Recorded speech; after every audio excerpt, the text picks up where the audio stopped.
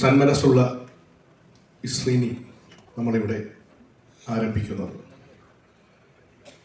ബഹുമാനപ്പെട്ട മന്ത്രി ശ്രീ കെ.ബി. ഗണേഷ് കുമാറിൻ്റെ വാക്കുകളിൽ നിന്നാണ്. ശ്രീനിയേട്ടൻ വിട പറഞ്ഞ ദിവസം ക്യാമറകളെ അഭിമുഖീകരിച്ചുകൊണ്ട് ശ്രീനിവാസൻ്റെ ആദ്യകാല സിനിമ, എനിക്ക് തോന്നുന്നു ഓടരുതമ്മാവ, ആളറിയാമിനെ കുറിച്ച് അദ്ദേഹത്തിൻ്റെ റിയൽ ടൈമിൽ ഇരുന്നു കൊണ്ട് സ്ക്രിപ്റ്റ് എഴുതുന്ന മന്ത്രി അന്ന് പറഞ്ഞത്, ശ്രീനിയേട്ടൻ പറഞ്ഞത്, സിനിമയിൽ ഈ ജനറേറ്ററിൻ്റെ ശബ്ദം കേട്ടാൽ മാത്രമാണ് എനിക്ക് എഴുത്ത് വരിക എന്ന് പറഞ്ഞ ആ ഒരു നിമിഷത്തെ നേരിട്ട് കണ്ട അനുഭവിച്ച അതിനെക്കുറിച്ച് പറഞ്ഞുകൊണ്ട് തന്നെ നമുക്ക് തുടങ്ങാം. നമുക്കെല്ലാം പ്രിയപ്പെട്ട ശ്രീനിയേട്ടനെ കുറിച്ചാണ് നമ്മൾ സംസാരിക്കുന്നത്. എന്നെക്കാൾ നന്നായി ഇതിനെക്കുറിച്ച് പറയാൻ പറ്റുന്ന പ്രിയനും കമലും ഈ വേദിയിലുണ്ട്. ഞാൻ അദ്ദേഹത്തെ എഴുതിയ സിനിമകളിൽ അഭിനയിച്ചിട്ടില്ല, പക്ഷെ ഞാൻ ആദ്യമായിട്ട് പരിചയപ്പെടുന്ന പ്രിയനിലൂടെയാണ്. പ്രിയൻ്റെ ഓടരുതമ്മാവ ആളറിയ എന്ന രണ്ടാമത്തെ സിനിമ, ഉച്ചയ്ക്ക് ഒരു മൂക്കുത്തി കഴിഞ്ഞ് ഓടരുതമ്മാവ എന്ന സിനിമയിൽ അഭിനയിക്കാൻ ശ്രീനിവാസൻ വരികയാണ്. ശ്രീനിവാസൻ ആയിരിക്കും മണിമുഴക്കം എന്നൊരു സിനിമയിൽ ഞാൻ കണ്ടിട്ടുണ്ട്. അന്ന് എൻ്റെ വല്യച്ഛൻ അവാർഡ് കമ്മിറ്റിയിൽ അംഗമായിരുന്നു. ഞാനത് വളരെ ചെയ്തതാണ്. അപ്പോൾ ആ സിനിമ കാണാൻ റിവ്യൂ ചെയ്യാൻ വേണ്ടി പോകുന്ന ദിവസം എന്നെയും കൂടെ കൊണ്ടുപോയി. ഞാനൊരു തിയേറ്ററിലെ ടാഗോർ തിയേറ്ററിൽ ഒരു മൂലയിൽ ഇങ്ങനെ ഇരിക്കുമ്പോൾ ശ്രീനിവാസൻ എന്ന നടനെ അന്ന് കാണുന്നത്, ഒരു നടനാകാനുള്ള യാതൊരു, നമ്മൾ നടൻ എന്ന് പറയുന്ന അന്ന് വരെ കേട്ടിട്ടുള്ള സങ്കല്പത്തിലെ നസീർ സാറും മധു സാറും അങ്ങനെ സുന്ദരന്മാരായ ആളുകളുടെ ഇടയിൽ ഒരാൾ നടനാകാൻ, ഇങ്ങനെ ഒരാൾ നടനാകാൻ ആഗ്രഹിക്കുന്നു എന്നുള്ളത്. പക്ഷെ അത്തരത്തിലൊരു ഓഫ് ബീറ്റ് സിനിമ ആയതുകൊണ്ട് നമുക്കതിനകത്ത് ഒരു അത്ഭുതം തോന്നിയില്ല. അത്ര എല്ലാ കഥാപാത്രങ്ങളും അങ്ങനെ ഒരു വലിയ മേക്കപ്പോ കാര്യങ്ങളോ ഒന്നും ഇല്ലാതെ ഒരു പ്രത്യേക മൂഡിലുള്ള സിനിമയാണ്. അപ്പം അത് ആയിരിക്കാം എന്ന് കരുതി. പക്ഷെ അപ്പോൾ തന്നെ ചെറിയ ചെറിയ വേഷങ്ങൾ അഭിനയിക്കുമ്പോൾ ആൾക്കാർക്ക് ഈ ശ്രീനിവാസൻ എന്ന് പറഞ്ഞ ആളെ നാട്ടിൻപുറത്തൊക്കെ, നമ്മുടെ നാട്ടിൽ കൊട്ടാരക്കരയൊക്കെ ചില പടങ്ങളൊക്കെ ശ്രീനിവാസൻ വരുമ്പോൾ ഇഷ്ടപ്പെടാറുണ്ട്. എന്തുകൊണ്ടാണെന്നല്ല, ആ സുന്ദരനൊന്നും അല്ലെങ്കിലും ഇഷ്ടപ്പെടാറുണ്ട്. അങ്ങനെ ഇഷ്ടപ്പെടുന്ന പലരെയും ഞാൻ കണ്ടിട്ടുണ്ട്. അങ്ങനെ ഇരിക്കുമ്പോഴാണ് പ്രിയൻ പരിചയപ്പെടുന്നത് ശ്രീനിവാസൻ എന്ന്. അഭിനയിക്കാൻ വന്നതാണെന്നാണ് എനിക്ക് ആദ്യം മനസ്സിലായി. പിന്നീട് എനിക്ക് മനസ്സിലായി 2 ദിവസം കഴിഞ്ഞപ്പോൾ തിരക്കഥ ഇദ്ദേഹത്തിന് തലയിൽ വെച്ചിരിക്കുകയാണ്. അപ്പോൾ രാവിലെ അമൃത ഹോട്ടലിലാണ് താമസിക്കുന്നത്. അപ്പോൾ പലപ്പോഴും രാവിലെ അങ്ങനെ കോളേജിലൊക്കെ പോയി കറങ്ങി തിരിഞ്ഞ് ഞാൻ, അന്ന് സിനിമ അഭിനയമൊന്നുമില്ല, സിനിമ അഭിനയിക്കാൻ പേടിയാണ്, എനിക്കൊരു താല്പര്യമില്ല. എന്നോട് പ്രിയം പറയും, നീ ആ പാർട്ടിയുടെ സൈഡിലോട്ട് നിൽക്കാന്നൊക്കെ പറയും. ഞാൻ ഓടിക്കളയും, കാരണം ക്യാമറയുടെ മുമ്പിലേക്ക് വരില്ല. അപ്പം ഞാൻ ഈ ശ്രീനിയേട്ടൻ്റെ റൂമിൽ ചെല്ലും, അമൃതയെ ചെല്ലുമ്പം ഒരു വെള്ള മുണ്ട്, കരിഞ്ഞ മുണ്ട് കൊടുത്തിട്ട് അവിടെ ഇങ്ങനെ ഇരിക്കുകയാണ്. അവിടെ അങ്ങോട്ട് നടന്നിട്ട് രാവിലെ പ്രിയം വിളിച്ചുകൊണ്ടിരിക്കുന്നു, ഒരു സീൻ എഴുതി തീർത്ത് പോന്ന് കൊടുത്തയച്ചിട്ട് അവസാനം ഒരു ഫിനിഷിംഗ് വർക്ക് ചെയ്തിട്ട് അപ്പോൾ ടാക്സി താഴെ നിൽക്കുകയാണ്. സുരേഷ് കുമാറാണ് പ്രൊഡ്യൂസർ. വണ്ടി വന്ന് താഴെ പ്രൊഡക്ഷൻ വണ്ടി വന്ന് നിൽപ്പുണ്ട്, ഒരു അംബാസഡർ കാർ. ആ ഡ്രൈവറെ വെയിറ്റ് ചെയ്യണം. അപ്പോൾ ഡ്രൈവറെ ഇങ്ങോട്ട് വിളിക്കും, ഇതങ്ങ് കൊടുക്കും, കഥ തുറന്നിട്ട്. എന്നിട്ട് പുള്ളി അവിടെ ഇരുന്ന് ഒരു സിഗരറ്റൊക്കെ വലിച്ച് നമ്മൾ അങ്ങനെ ഇരിക്കും. എപ്പോഴാണ് പറഞ്ഞത്, അങ്ങനെ പറഞ്ഞ് പിന്നെ പറയും, ജനറേറ്റർ ഓടുന്ന സൗണ്ട് കേട്ടാലേ എനിക്ക് എഴുതാൻ പറ്റുള്ളൂ. പ്രിയൻ അങ്ങനെയാണ് കൊടുക്കുന്നത്. ഐഡിയ പ്രിയൻ്റെ ഉണ്ടെങ്കിൽ രാവിലെ ശനി ഇന്ന സീനാണ് എടുക്കുന്നത്, ഇതൊക്കെ എഴുതിക്കുമെന്ന് പറയും. പ്രിയൻ തന്നെ പറഞ്ഞൊരു തമാശയുണ്ട്, ഈ പടത്തിൽ വേഷം വേണമെങ്കിൽ, അപ്പോൾ അഭിനയിക്കാൻ ആഗ്രഹിച്ച് നടക്കുന്ന ആളാണ്, മദ്രാസിൽ നിന്ന് വിളിച്ചു വരുത്തി, ഈ പടത്തിൽ വേഷം വേണമെങ്കിൽ മര്യാദയ്ക്ക് എഴുതിക്കൊണ്ടാം എന്ന് പറഞ്ഞിട്ടാണ് ശ്രീനിവാസനെ കൊണ്ട് എഴുതിച്ചതെന്ന് പ്രിയൻ തന്നെ പറഞ്ഞിട്ടുണ്ട്. അപ്പോൾ പുള്ളി എല്ലാ കാലത്തും എനിക്ക് തോന്നിയിട്ടുള്ളൊരു പ്രത്യേകത എന്ന് പറയുന്നത് അറിയാം, നമ്മുടെ രണ്ട് തരം രാഷ്ട്രീയ സിനിമകൾ എഴുതാറുണ്ട്. നമുക്കറിയാം, ഇപ്പം ടി ദാമോദരൻ മാഷ്, അദ്ദേഹം മലയാള സിനിമയിലെ പക്ക രാഷ്ട്രീയ സിനിമ പറഞ്ഞു. കാരണം അദ്ദേഹത്തിൻ്റെ 80-കൾക്ക് മുമ്പ് ഇറങ്ങിയ പല സിനിമകൾ, ഇനിയെങ്കിലും എന്നൊരു സിനിമയുണ്ട്.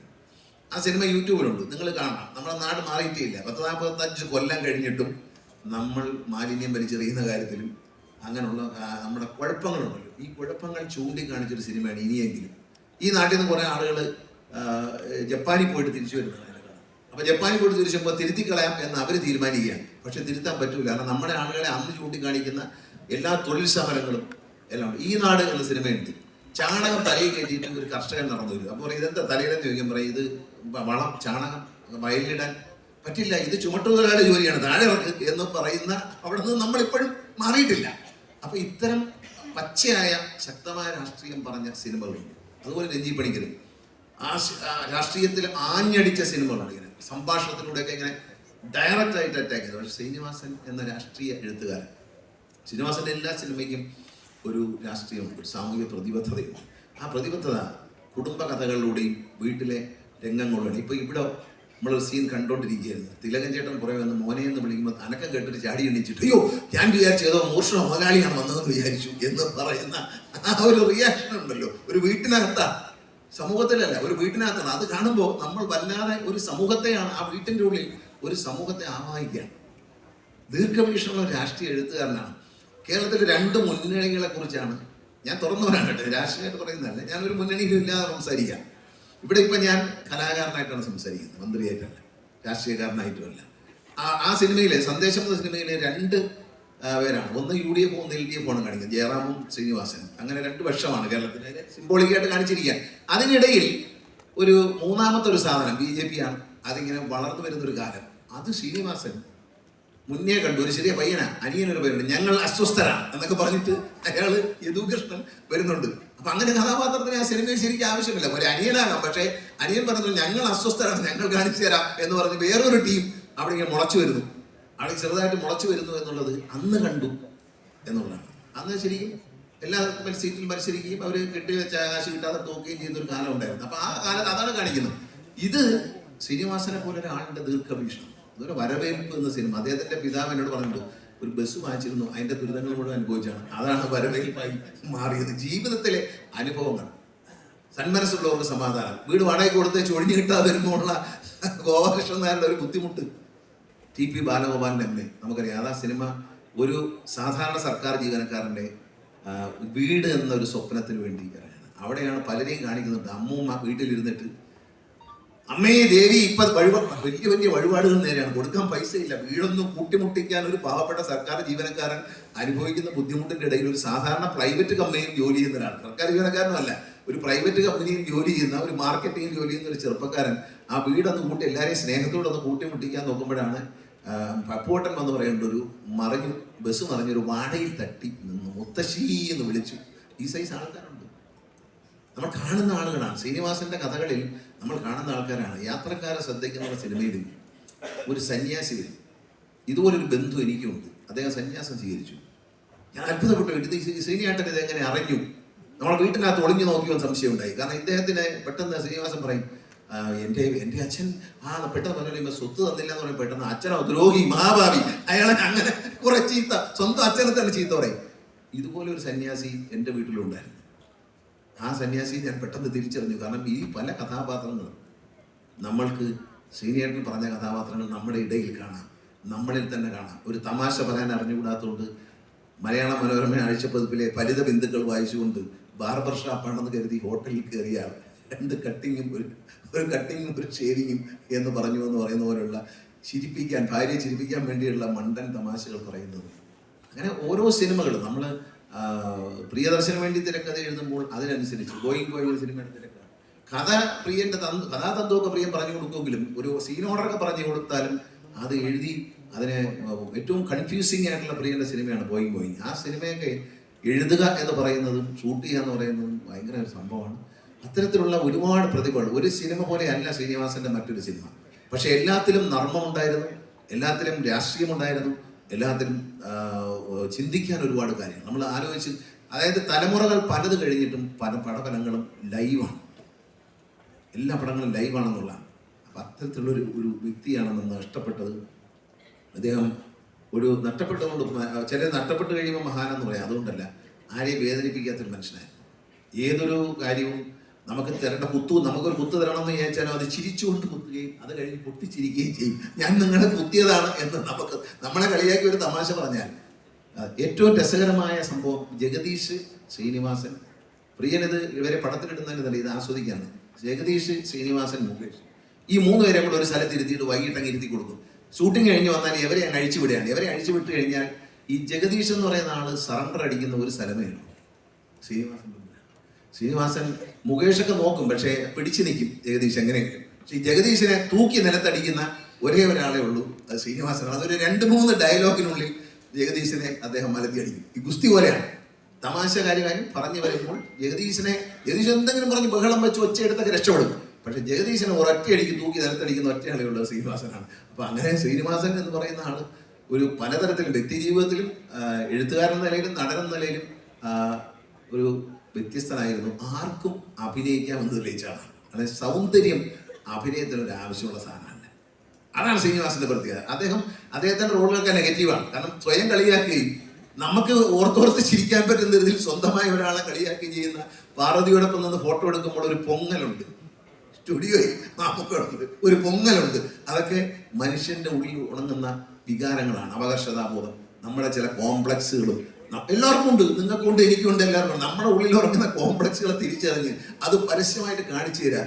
ഒരു ഒലക്ക കിട്ടുമോ എന്ന് ചോദിച്ച് ഇറങ്ങി വരുന്നുണ്ട്. വഴി വന്ന് റിസപ്ഷനിൽ വന്നിട്ട് ഒലക്ക, അമ്മായിമ്മനെ തലയടിച്ചു കൂട്ടിയില്ല. സംശയം എന്ന രോഗം, നമ്മളറിയാം പല കുടുംബ ജീവിതത്തിൽ ലോകത്തെ ഏറ്റവും അപകടം പിടിച്ച രോഗം സംശയം എന്ന രോഗമാണ്. ആ സംശയം എന്ന രോഗം ഒരാളെ എങ്ങനെ ഒരു വീട്ടിലും ഒരു പ്രദേശത്തും എന്തൊക്കെ ദോഷം ഉണ്ടാകുന്നു. മുമ്പിൽ കൂടെ ഇങ്ങനെ സൈക്കിളിൽ പോകുന്ന പിന്നെ ജഗദീശനെ പറയുമ്പോൾ ജഗദീഷ് പറയുന്നത് തൻ്റെ ഭാര്യയെ വളച്ചിട്ട ഞാൻ അടങ്ങും എന്ന് പറയാം.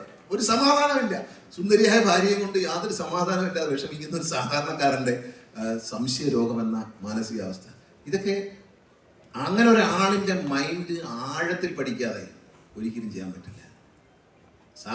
വിവാഹം നമ്മുടെ പാർട്ടിക്ക് ഇഷ്ടമല്ല എന്ന് പറയുന്നത്. അപ്പൊ സഖാ വിവാഹം കഴിച്ചത് അതന്ന് അങ്ങനെ സംഭവിച്ചു പോയി, എന്നാ പിന്നെ ഉപേക്ഷിച്ചുകൂടി അത് പറഞ്ഞില്ല.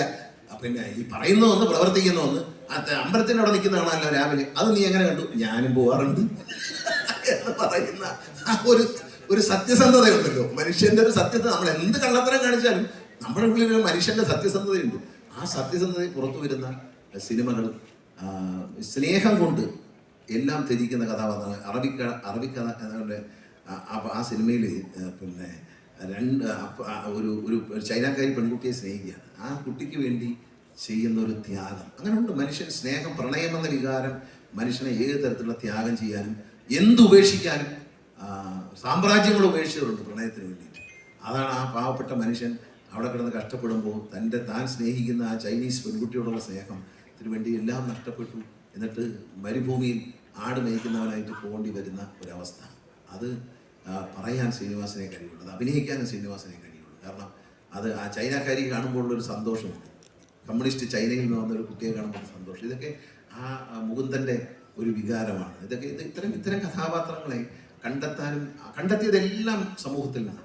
അല്ലാതെ പുതുതായിട്ട് ആകാശത്തു നിന്നൊന്നും വന്നില്ല, മനസ്സിൽ നിന്നൊന്നും വന്നില്ല. തൻ്റെ മുന്നിൽ വന്നുപെട്ട ചില കഥാപാത്രങ്ങളെ മോൾഡ് ചെയ്തെടുത്തു എന്നുള്ളതല്ല ശ്രീനിവാസൻ ഒന്നും ചെയ്തിട്ടില്ല. അതുകൊണ്ടാണ് അദ്ദേഹത്തിൻ്റെ കഥാപാത്രങ്ങളെ നമ്മളിൽ തന്നെ തിരിച്ചറിയുന്നത്. അല്ലെങ്കിൽ നമ്മുടെ അയൽവക്കക്കാരൻ, നമ്മുടെ സുഹൃത്തിൽ, നമ്മുടെ സഹോദരൻ, ഞാൻ എൻ്റെ ഒരു ബന്ധുവിൻ്റെ സന്യാസിയായിട്ട് വന്നിട്ടേ വളരെ ഭക്തിയൊക്കെ പറയും.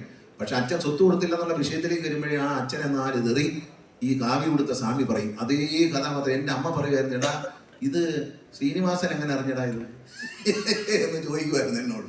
അപ്പം അത്രയും നല്ല ഒരു മനുഷ്യനെ അറിഞ്ഞ, മനുഷ്യൻ്റെ മനസ്സറിഞ്ഞ ഒരു എഴുത്തുകാരനും കലാകാരനുമായിരുന്നു. അദ്ദേഹത്തെക്കുറിച്ച് ഒരു ചർച്ച കേരളത്തിൻ്റെ നിയമസഭയുടെ ഈ നിയമസഭ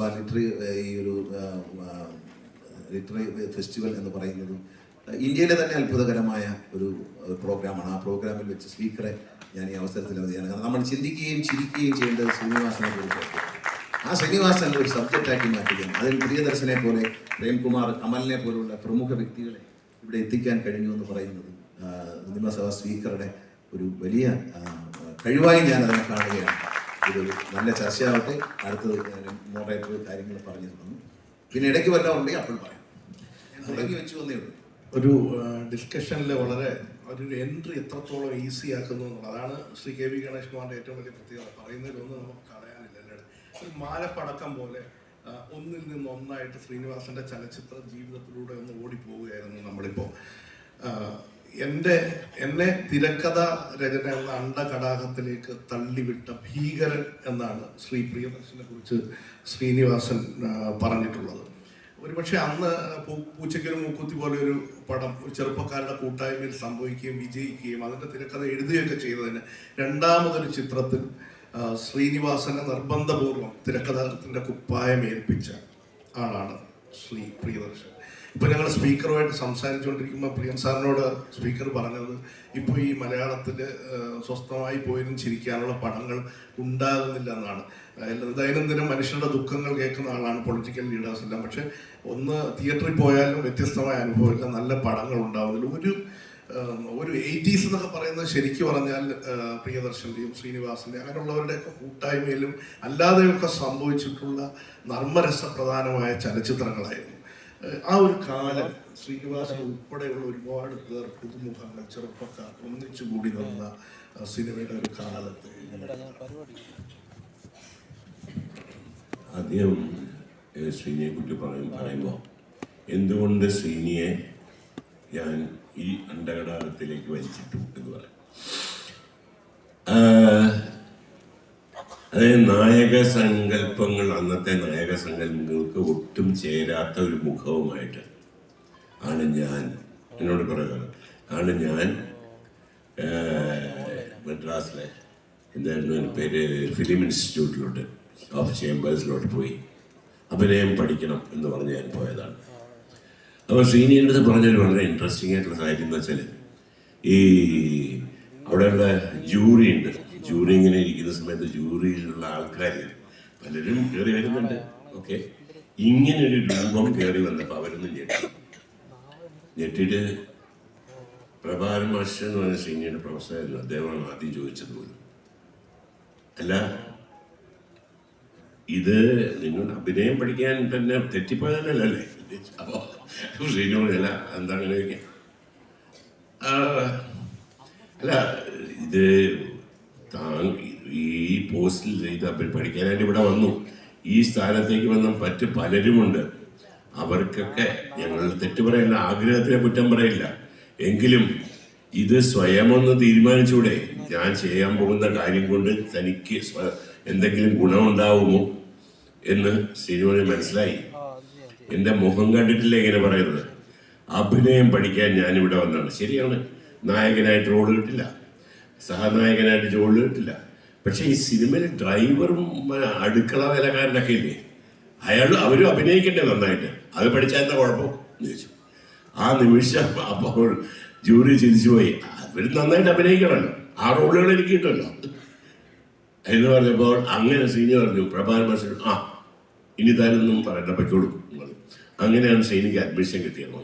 ശരിയാണ്, അതാണ് കോൺഫിഡൻസ് എന്ന് പറയുന്നത്. അതായത് സിനിമാ സങ്കല്പങ്ങൾക്ക് ചേരാത്ത ഒരു മുഖവും രൂപവും വെച്ച് തന്നെ തൻ്റെ സ്വയമായ വിശ്വാസം കൊണ്ട് എനിക്ക് മറ്റെന്തെങ്കിലും സിനിമയിൽ ചെയ്യാൻ കഴിയും എന്നൊരു കോൺഫിഡൻസോടെയാണ് ശ്രീനിയുടെ വരെ. ആ കോൺഫിഡൻസ് അവസാനം വരെ ശ്രീനിക്ക് ഉണ്ടായിരുന്നുള്ളതാണ്.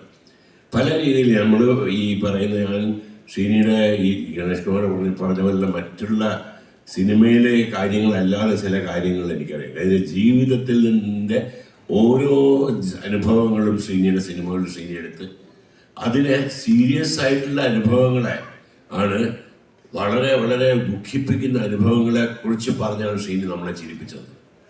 എല്ലാം നർമ്മത്തിലൂടെ കാണുക. എന്നിട്ട് എന്നോട് പലപ്പോഴും ശ്രീനി പറഞ്ഞിട്ടുള്ള കാര്യമുണ്ട്, എന്തുകൊണ്ട് ഇങ്ങനെ കാണുന്നു എന്ന് വെച്ചാൽ, നമുക്കൊരാളെ വഴക്ക് പറയണമെന്ന്, നമുക്കൊരാളെ വഴക്ക് പറയണം, നല്ല ദേഷ്യം വരുന്നുണ്ട് നമ്മളെ ഒരാളോട്. ആ വഴക്ക് പറയുന്ന കാര്യം നമ്മൾ ചിലപ്പോൾ തിരിച്ചു വല്ലതും പറഞ്ഞാൽ ചിലപ്പോൾ അയാൾ നമ്മളെ തല്ലിന്ന് വരും. പക്ഷേ പരിഹാസം ചേർത്തഴിഞ്ഞ നമ്മുടെ ആ ഒരു കമൻ്റെങ്കിൽ കൂടെ നിൽക്കുന്ന 10 പേരും കൂടെ ചിരിക്കുമ്പോൾ ഇവന് 10 പേരെ തല്ലേണ്ടി വരും, എന്നെ മാത്രമല്ല. സോ അതൊരു നല്ല കാര്യം മാത്രമല്ല, നമ്മൾ ദേഷ്യപ്പെടുന്നതിനെക്കാട്ടിലും കൂടുതലുള്ള ഒരു ഇമ്പാക്റ്റ് ആ വ്യക്തിയിൽ ഉണ്ടാവും. ആ പരിഹാസം ചേർത്തത് പറയുമ്പോൾ ഒരിക്കലും ജീവിതത്തിൽ നമ്മൾ പറഞ്ഞ വാക്കവൻ മറക്കില്ല. അപ്പം ഇങ്ങനെയൊക്കെയുള്ള ഒരു പ്രത്യേക രീതിയിലുള്ളൊരു ചിന്താഗതി ശ്രീനിക്ക് ഉണ്ടായിരുന്നു. ഒരു 2 ചെറിയ കാര്യം പറയാൻ, അതായത് ശ്രീനിയും അച്ഛനും തമ്മിൽ, അതായത് ഇൻസ്റ്റിറ്റ്യൂട്ടിൽ പഠിക്കണം എന്ന് പറഞ്ഞ് നിർബന്ധം വന്നപ്പോൾ അച്ഛൻ ഒരു വിധത്തിൽ ഇത് കാര്യം ചെയ്തുകൊണ്ട് ഒരു ജീവിതം മുമ്പോട്ട് കൊണ്ടുപോകാൻ പറ്റുന്ന അച്ഛന് നല്ല വ്യക്തതയുണ്ട്. അച്ഛൻ അതിന് ഒരു വിധത്തിൽ സമ്മതിച്ചില്ല. ഫീസ് കൊടുക്കാൻ പോകണം, മദ്രാസിൽ പോയി പഠിക്കണം. വഴക്കായി, ഭയങ്കര വഴക്കായി, തമ്മിൽ സംസാരിക്കാതായി. പിന്നെ ഒരു ദിവസം കൂടെ കഴിഞ്ഞാൽ ഈ പൈസ വാങ്ങിച്ച് പോയേ പറ്റൂ. അപ്പം പാടത്ത് നിൽക്കുകയാണ് അച്ഛൻ്റെ മുമ്പിൽ ചെന്നാൽ വിട്ടുകൊടുക്കാനും തയ്യാറില്ല. അങ്ങനെ അവസാനം അച്ഛൻ്റെ അവിടെ നിൽക്കിയ പുള്ളി പറഞ്ഞു, മഹാരാജ്യങ്ങൾ തമ്മിൽ യുദ്ധങ്ങൾ ഉണ്ടാവാറുണ്ട്, പക്ഷേ സന്ധി സംഭാഷണത്തിൽ അത് തീർക്കാൻ കഴിയുന്നതാണ്. അത് ഒരു അച്ഛനോട് മകൻ പറഞ്ഞു. അച്ഛൻ പൊട്ടിച്ചിരിച്ചു നോക്കും. അതിനുശേഷം ഞാൻ അച്ഛൻ അങ്ങനെ ചിരിക്കുന്ന എൻ്റെ ജീവിതത്തിൽ കണ്ടിട്ടില്ല. ഇത് ജീവിതത്തിലെ അനുഭവം. ഇനിയൊരു അനുഭവം കൂടെ ഉണ്ട്. ആ അനുഭവം എന്താണെന്ന് വെച്ചാൽ, അച്ഛൻ ഈ ഗണേഷ് പറഞ്ഞ ബസ്സൊക്കെ വാങ്ങിച്ച് തകർന്ന് തരിപ്പണമായി, വീട് ജപ്തിയായി, പിറ്റേ ദിവസം ഇറങ്ങണം. പലപ്പോഴും അച്ഛനോട് ഇവർ ചോദിച്ചിട്ടുണ്ട്, കുട്ടികളും അമ്മയൊക്കെ, ഇതിൻ്റെയൊക്കെ ആവശ്യമുണ്ട്. ഞാൻ സമ്പാദിച്ചാണ്, ഇഷ്ടംപോലെ ഞാൻ സമ്പാദിച്ചിട്ടുണ്ട്. അത് എങ്ങനെ ചിലവാക്കണമെന്ന് ഞാൻ തീരുമാനിക്കും. പിന്നെ അതിൽ എന്തെങ്കിലും സംഭവിച്ചാലും നിങ്ങൾക്കൊക്കെ നല്ല രീതിയിലുള്ള ജീവിക്കാനുള്ള എല്ലാം ഞാൻ തന്നിട്ടുണ്ട്. അതെല്ലാം പോയി വീട് രാവിലെ ജപ്തിയാവും. പുറത്തിരിക്കുകയാണ് അച്ഛൻ.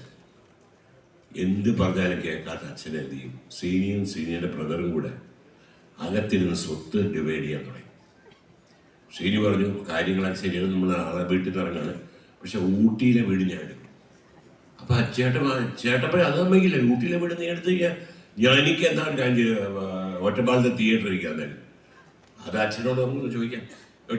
ഇങ്ങനെ ഇവര് എസ്റ്റേറ്റ് ഇതൊക്കെ ഇരുന്ന് ഭാവിക്കാൻ തുടങ്ങി. മനസ്സിലായോ? അതായത് അച്ഛൻ വെളിയിരിക്കാൻ ഒന്നുമില്ല, രാവിലെ ഇറങ്ങി പോട്ടെ. അകത്ത് ഭയങ്കരമായ തർക്കവും വീടിന്റെ സ്വത്ത് ഭാഗം വെക്കലും. കുറച്ച് കഴിയുമ്പോൾ ഒരു ശബ്ദം കേട്ട് ചിരിക്കുകയാണോ കരയാണെന്ന് നോക്കിയപ്പോൾ പൊട്ടിക്കരയുന്ന അച്ഛനാണ് വെളിയിരുന്നത്. മതിയുടെ ആ ശവത്തിൽ കുത്തിയത്. അപ്പോ ശ്രീനി പറയണേ, അതിനുശേഷം അച്ഛൻ അങ്ങനെ കരയുന്നത് ഞാൻ കണ്ടിട്ടില്ല. ഈ അനുഭവങ്ങളെല്ലാം ശ്രീനി പറയുന്നത് ഭയങ്കര തമാശയായിട്ടാണ്. ഇതൊക്കെ നമുക്ക് അതെ, ഇത് കഴിഞ്ഞത് ശ്രീനി മാത്രമേ ഞങ്ങളുടെ ഒരു തമാശ പറഞ്ഞ് നമ്മൾ ചിരിക്കുന്നതിന് മുമ്പ് ശ്രീനി ചിരിക്കും. പക്ഷെ അത് തീർച്ചയായിട്ടും അത് നമുക്ക് ചിരിക്കാൻ തോന്നുന്നു. നമ്മൾ ഓർത്തോർത്ത് ചിരിക്കുന്ന സംഭവങ്ങളാണ് അത്.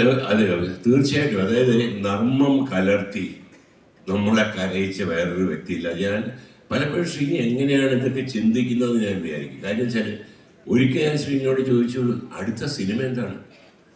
അടുത്തത് ഞാനൊരു ഫിലോസഫിക്കൽ ഫിലിമാണ്. അതെന്താണ്?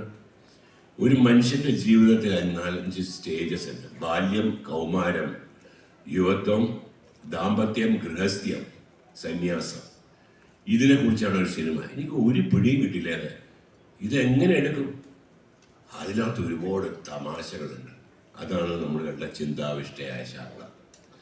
ഒന്നും മുഴുപ്പിക്കുന്നതിന് മുൻപ് അടുത്തതിലേക്ക് ചാടി പുറപ്പെടുന്ന നമ്മളെല്ലാവർക്കും നമുക്ക് ഒന്ന് ആലോചിച്ചാൽ സ്വയം കണ്ടുപിടിക്കാവുന്ന ഒരു കഥാപാത്രത്തെ ശ്രീനി കണ്ടുപിടിച്ചു. ഇത്രയും ഫിലോസഫിക്കലായിട്ടുള്ള ഒരു സിനിമ ഞാൻ ലോക സിനിമയിൽ ഇത്രയധികം ചിരിച്ചിട്ട് ഒരു ഫിലോസഫി ആരെങ്കിലും പറഞ്ഞ് ഫലിപ്പിക്കുന്നത് ഞാൻ കണ്ടിട്ടില്ല. എസ്കേപ്പിസോണ്ട് എല്ലാം ഉണ്ട്. ഒരു വ്യക്തിയുടെ ഒരു മനുഷ്യനെ ആക്ച്വലി ഡിസെക്ട് ചെയ്ത് നമ്മളെ കാണിക്കുകയാണ്. ഇതൊക്കെയാണ് ഒരു മലയാളി അല്ലെങ്കിൽ ഒരു മനുഷ്യൻ എന്ന്. അതുകൊണ്ടാണ് നർമ്മം എന്ന് ഞാൻ പറയാം. എനിക്ക് തോന്നുന്നു സഞ്ജയനും കുഞ്ചൻ നമ്പ്യാരും വീണ്ടും ജനിച്ചതാണ് ശ്രീനിവാസൻ.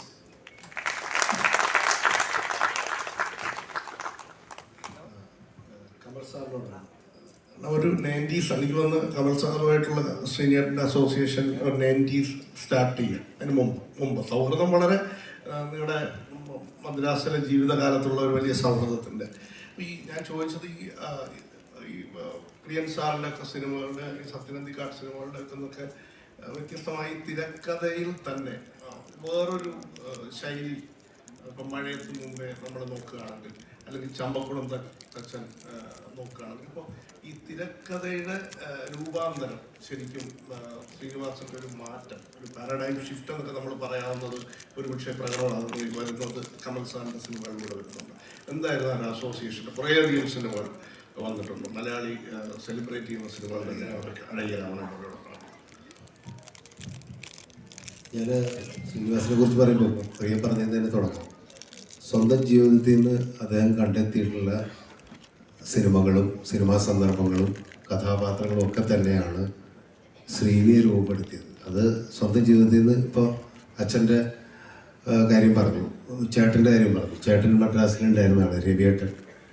അദ്ദേഹം ഇപ്പോൾ ജീവിച്ചിരിപ്പില്ല. അദ്ദേഹം ശ്രീനിക്ക് മുമ്പേ പോയി. ഞാൻ അദ്ദേഹത്തായിട്ട് നല്ല അടുപ്പമുണ്ടായിരുന്നു. അപ്പോൾ എനിക്ക് പലപ്പോഴും തോന്നിയിട്ടുണ്ട് ശ്രീനിയേക്കാളും നല്ല നർമ്മബോധമുള്ള ഒരാളായിരുന്നു രവിയേട്ടൻ. അല്ലെ, പ്രിയൻ അറിയാമെന്നുള്ളൂ അദ്ദേഹത്തെ. അദ്ദേഹം മദ്രാസിൽ തന്നെയായിരുന്നു. പക്ഷെ അദ്ദേഹം സിനിമാ രംഗത്തോ അല്ലെങ്കിൽ കലാരംഗത്തോ ഒന്നും വന്നിട്ടില്ല. ശ്രീനിയെ നാടക രംഗത്തേക്ക് കൊണ്ടുവന്നതിൽ രവിയേട്ടന് വലിയ പങ്കുണ്ട്. ആദ്യം നാടകത്തിലേക്ക് അഭിനയിക്കാനായിട്ട് അവിടുന്ന് നാടക സമിതിയൊക്കെ ആയിട്ട് ബന്ധപ്പെട്ടിട്ട് രവിയേട്ടന് ഒരുപാട് പ്രവർത്തിച്ചിട്ടുണ്ടായിരുന്നു. ഞാൻ ശ്രീനിവാസൻ ആദ്യം കാണുന്നത് മദിരാശിയിൽ വെച്ചിട്ടാണ്. അത് മണിമുഴക്കം എന്ന് പറയുന്ന സിനിമയിൽ അഭിനയിച്ചിട്ട് അതിൻ്റെ ഡബ്ബിങ് സമയത്താണ് ഞാൻ ശ്രീനിവാസനെ ആദ്യമായിട്ട് കാണുന്നത്. ബക്കർ ജിബിയ ബക്കറിൻ്റെ സിനിമയാണ്. ബക്കറിനായിട്ട് ഞാൻ നല്ല അടുപ്പുണ്ടായിരുന്നു. അപ്പോൾ അങ്ങനെയാണ് ഞാൻ ശ്രീനിനെ ആദ്യം കാണുന്നത്.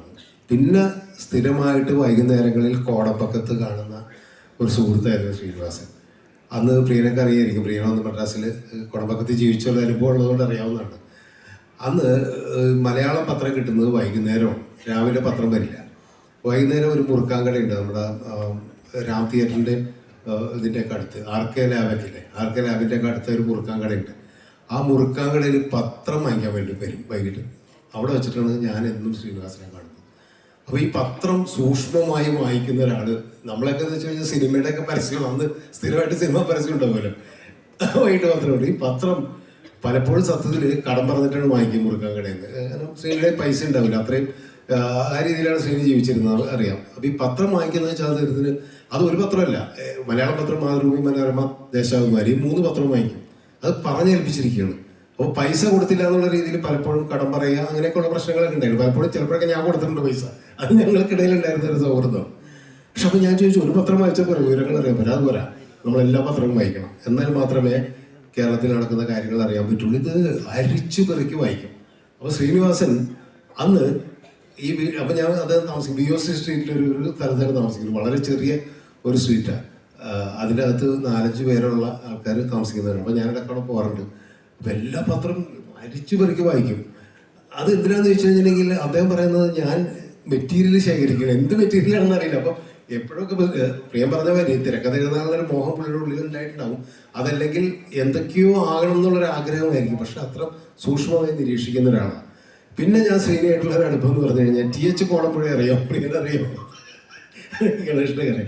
അദ്ദേഹം മാധ്യമപ്രവർത്തകൻ മദ്രാസിൽ ഉണ്ടായിരുന്ന ഒരു മാധ്യമം. ഇത് ആർക്കും അറിയാത്ത ചില കഥയായതുകൊണ്ട് ഞാൻ അത് പറയുന്നത്.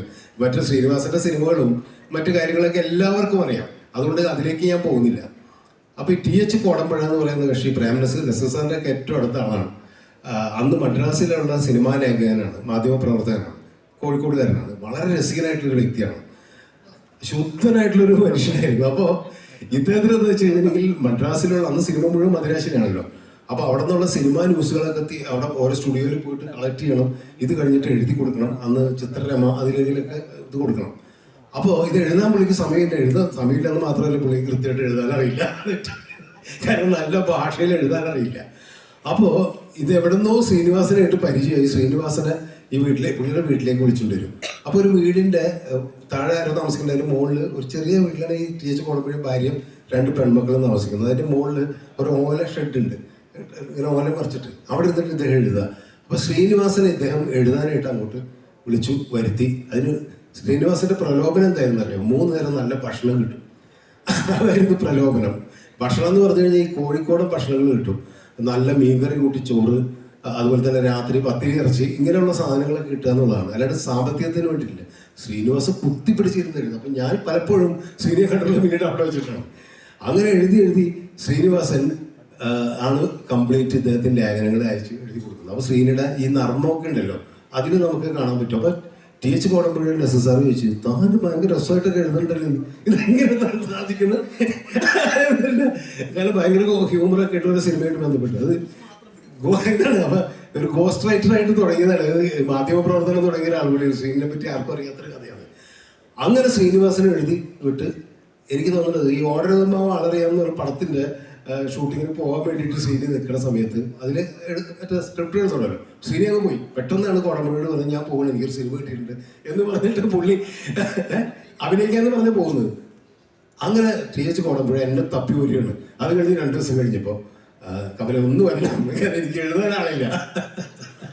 അങ്ങനെ ശ്രീനിവാസന് പകരക്കാരനായിട്ട് TH കോടമ്പുഴയ്ക്ക് എഴുതാനായിട്ട് കുറച്ചു കാലം ഞാൻ പോകുമായിരുന്നു. ശ്രീനിവാസൻ തിരക്കഥ എഴുതാൻ തിരക്ക് വരണവരെ ഞാനൊന്ന് അസിസ്റ്റന്റ് ഡയറക്ടർ സേതുമാ സാറിലൂടെ PMLലൂടെ ഒക്കെ വർക്ക് ചെയ്യണ കാലം. അങ്ങനെ ഇദ്ദേഹത്തിനോട് അപ്പം ഞാൻ പറഞ്ഞു വരുന്നത് ഈ TH കോടമ്പുഴ ഒരു ക്യാരക്ടറായിരുന്നു. ഇവർക്കൊക്കെ നന്നായിട്ട് അറിയാം, ഒരു വല്ലാത്ത മനുഷ്യനായിരുന്നു അദ്ദേഹം. പക്ഷെ അദ്ദേഹത്തിന് ആ സിനിമയുടെ രീതികളൊക്കെ മാറി. നസീർ സാർ പോലെയുള്ള അന്നത്തെ തലമുറയൊക്കെ സിനിമയിൽ ഇല്ലാണ്ടായി.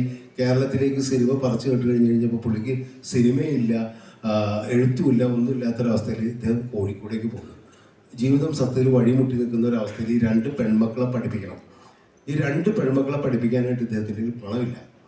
അന്ന് ഞാൻ അത്ഭുതപ്പെട്ടൊരു കാര്യം വെച്ചാൽ ശ്രീനിവാസനാണ് ഈ 2 മക്കളെയും പഠിപ്പിച്ചത്. മോഹൻ അറിയായിരിക്കും ചിലപ്പോൾ. അതൊരു ആർക്കും അറിയാത്തത്, ആരോട് പറഞ്ഞിട്ട് പോലും ഇല്ല ശ്രീനി. ആരോടും പറഞ്ഞില്ല. എനിക്കറിയായിരുന്നു, കോടമ്പുഴയായിട്ടുള്ള ബന്ധം കൊണ്ട് എനിക്കറിയായിരുന്നു. ഈ കോടമ്പുഴയുടെ മൂത്ത മകള് പഠിച്ച് ഡോക്ടറായി. അതാണ് മൂത്ത മകളാണ് ഇതാണെന്ന് തോന്നുന്നത്, MBA ജേർണലിസ്റ്റാണ്. 2ാമത്തെ മകള് ഡോക്ടറായി. ശ്രീനിവാസൻ ഒരുപാട് പണം കൊടുത്തവരെ സഹായിച്ചിട്ടുണ്ട്. അതിൻ്റെ നന്ദിയൊക്കെ. പക്ഷെ ശ്രീനിവാസൻ ഇന്നുവരെ ആരോടും പറഞ്ഞിട്ടില്ല, ആർക്കും അറിയില്ല എന്നുള്ളതാണ്. എനിക്ക് കോടമ്പുഴയായിട്ടുള്ള ബന്ധം ഉണ്ടായിരുന്നതുകൊണ്ട് എനിക്കറിയാമായിരുന്നുള്ളതാണ്. ഈ കുട്ടികളെ ഞാൻ എപ്പോഴും കാണുമായിരുന്നു, പിന്നെ ഡോക്ടറൊക്കെ അതിന് ശേഷം കാണുമായിരുന്നു. അങ്ങനെ ഒരു വശം കൂടി ശ്രീനിക്ക് ഉണ്ടെന്നുള്ളതാണ്. കാരണം അന്ന് വഴി മറന്നില്ല എന്നുള്ളത് അതൊരു ക്ലീഷേ ഡയലോഗാണ്.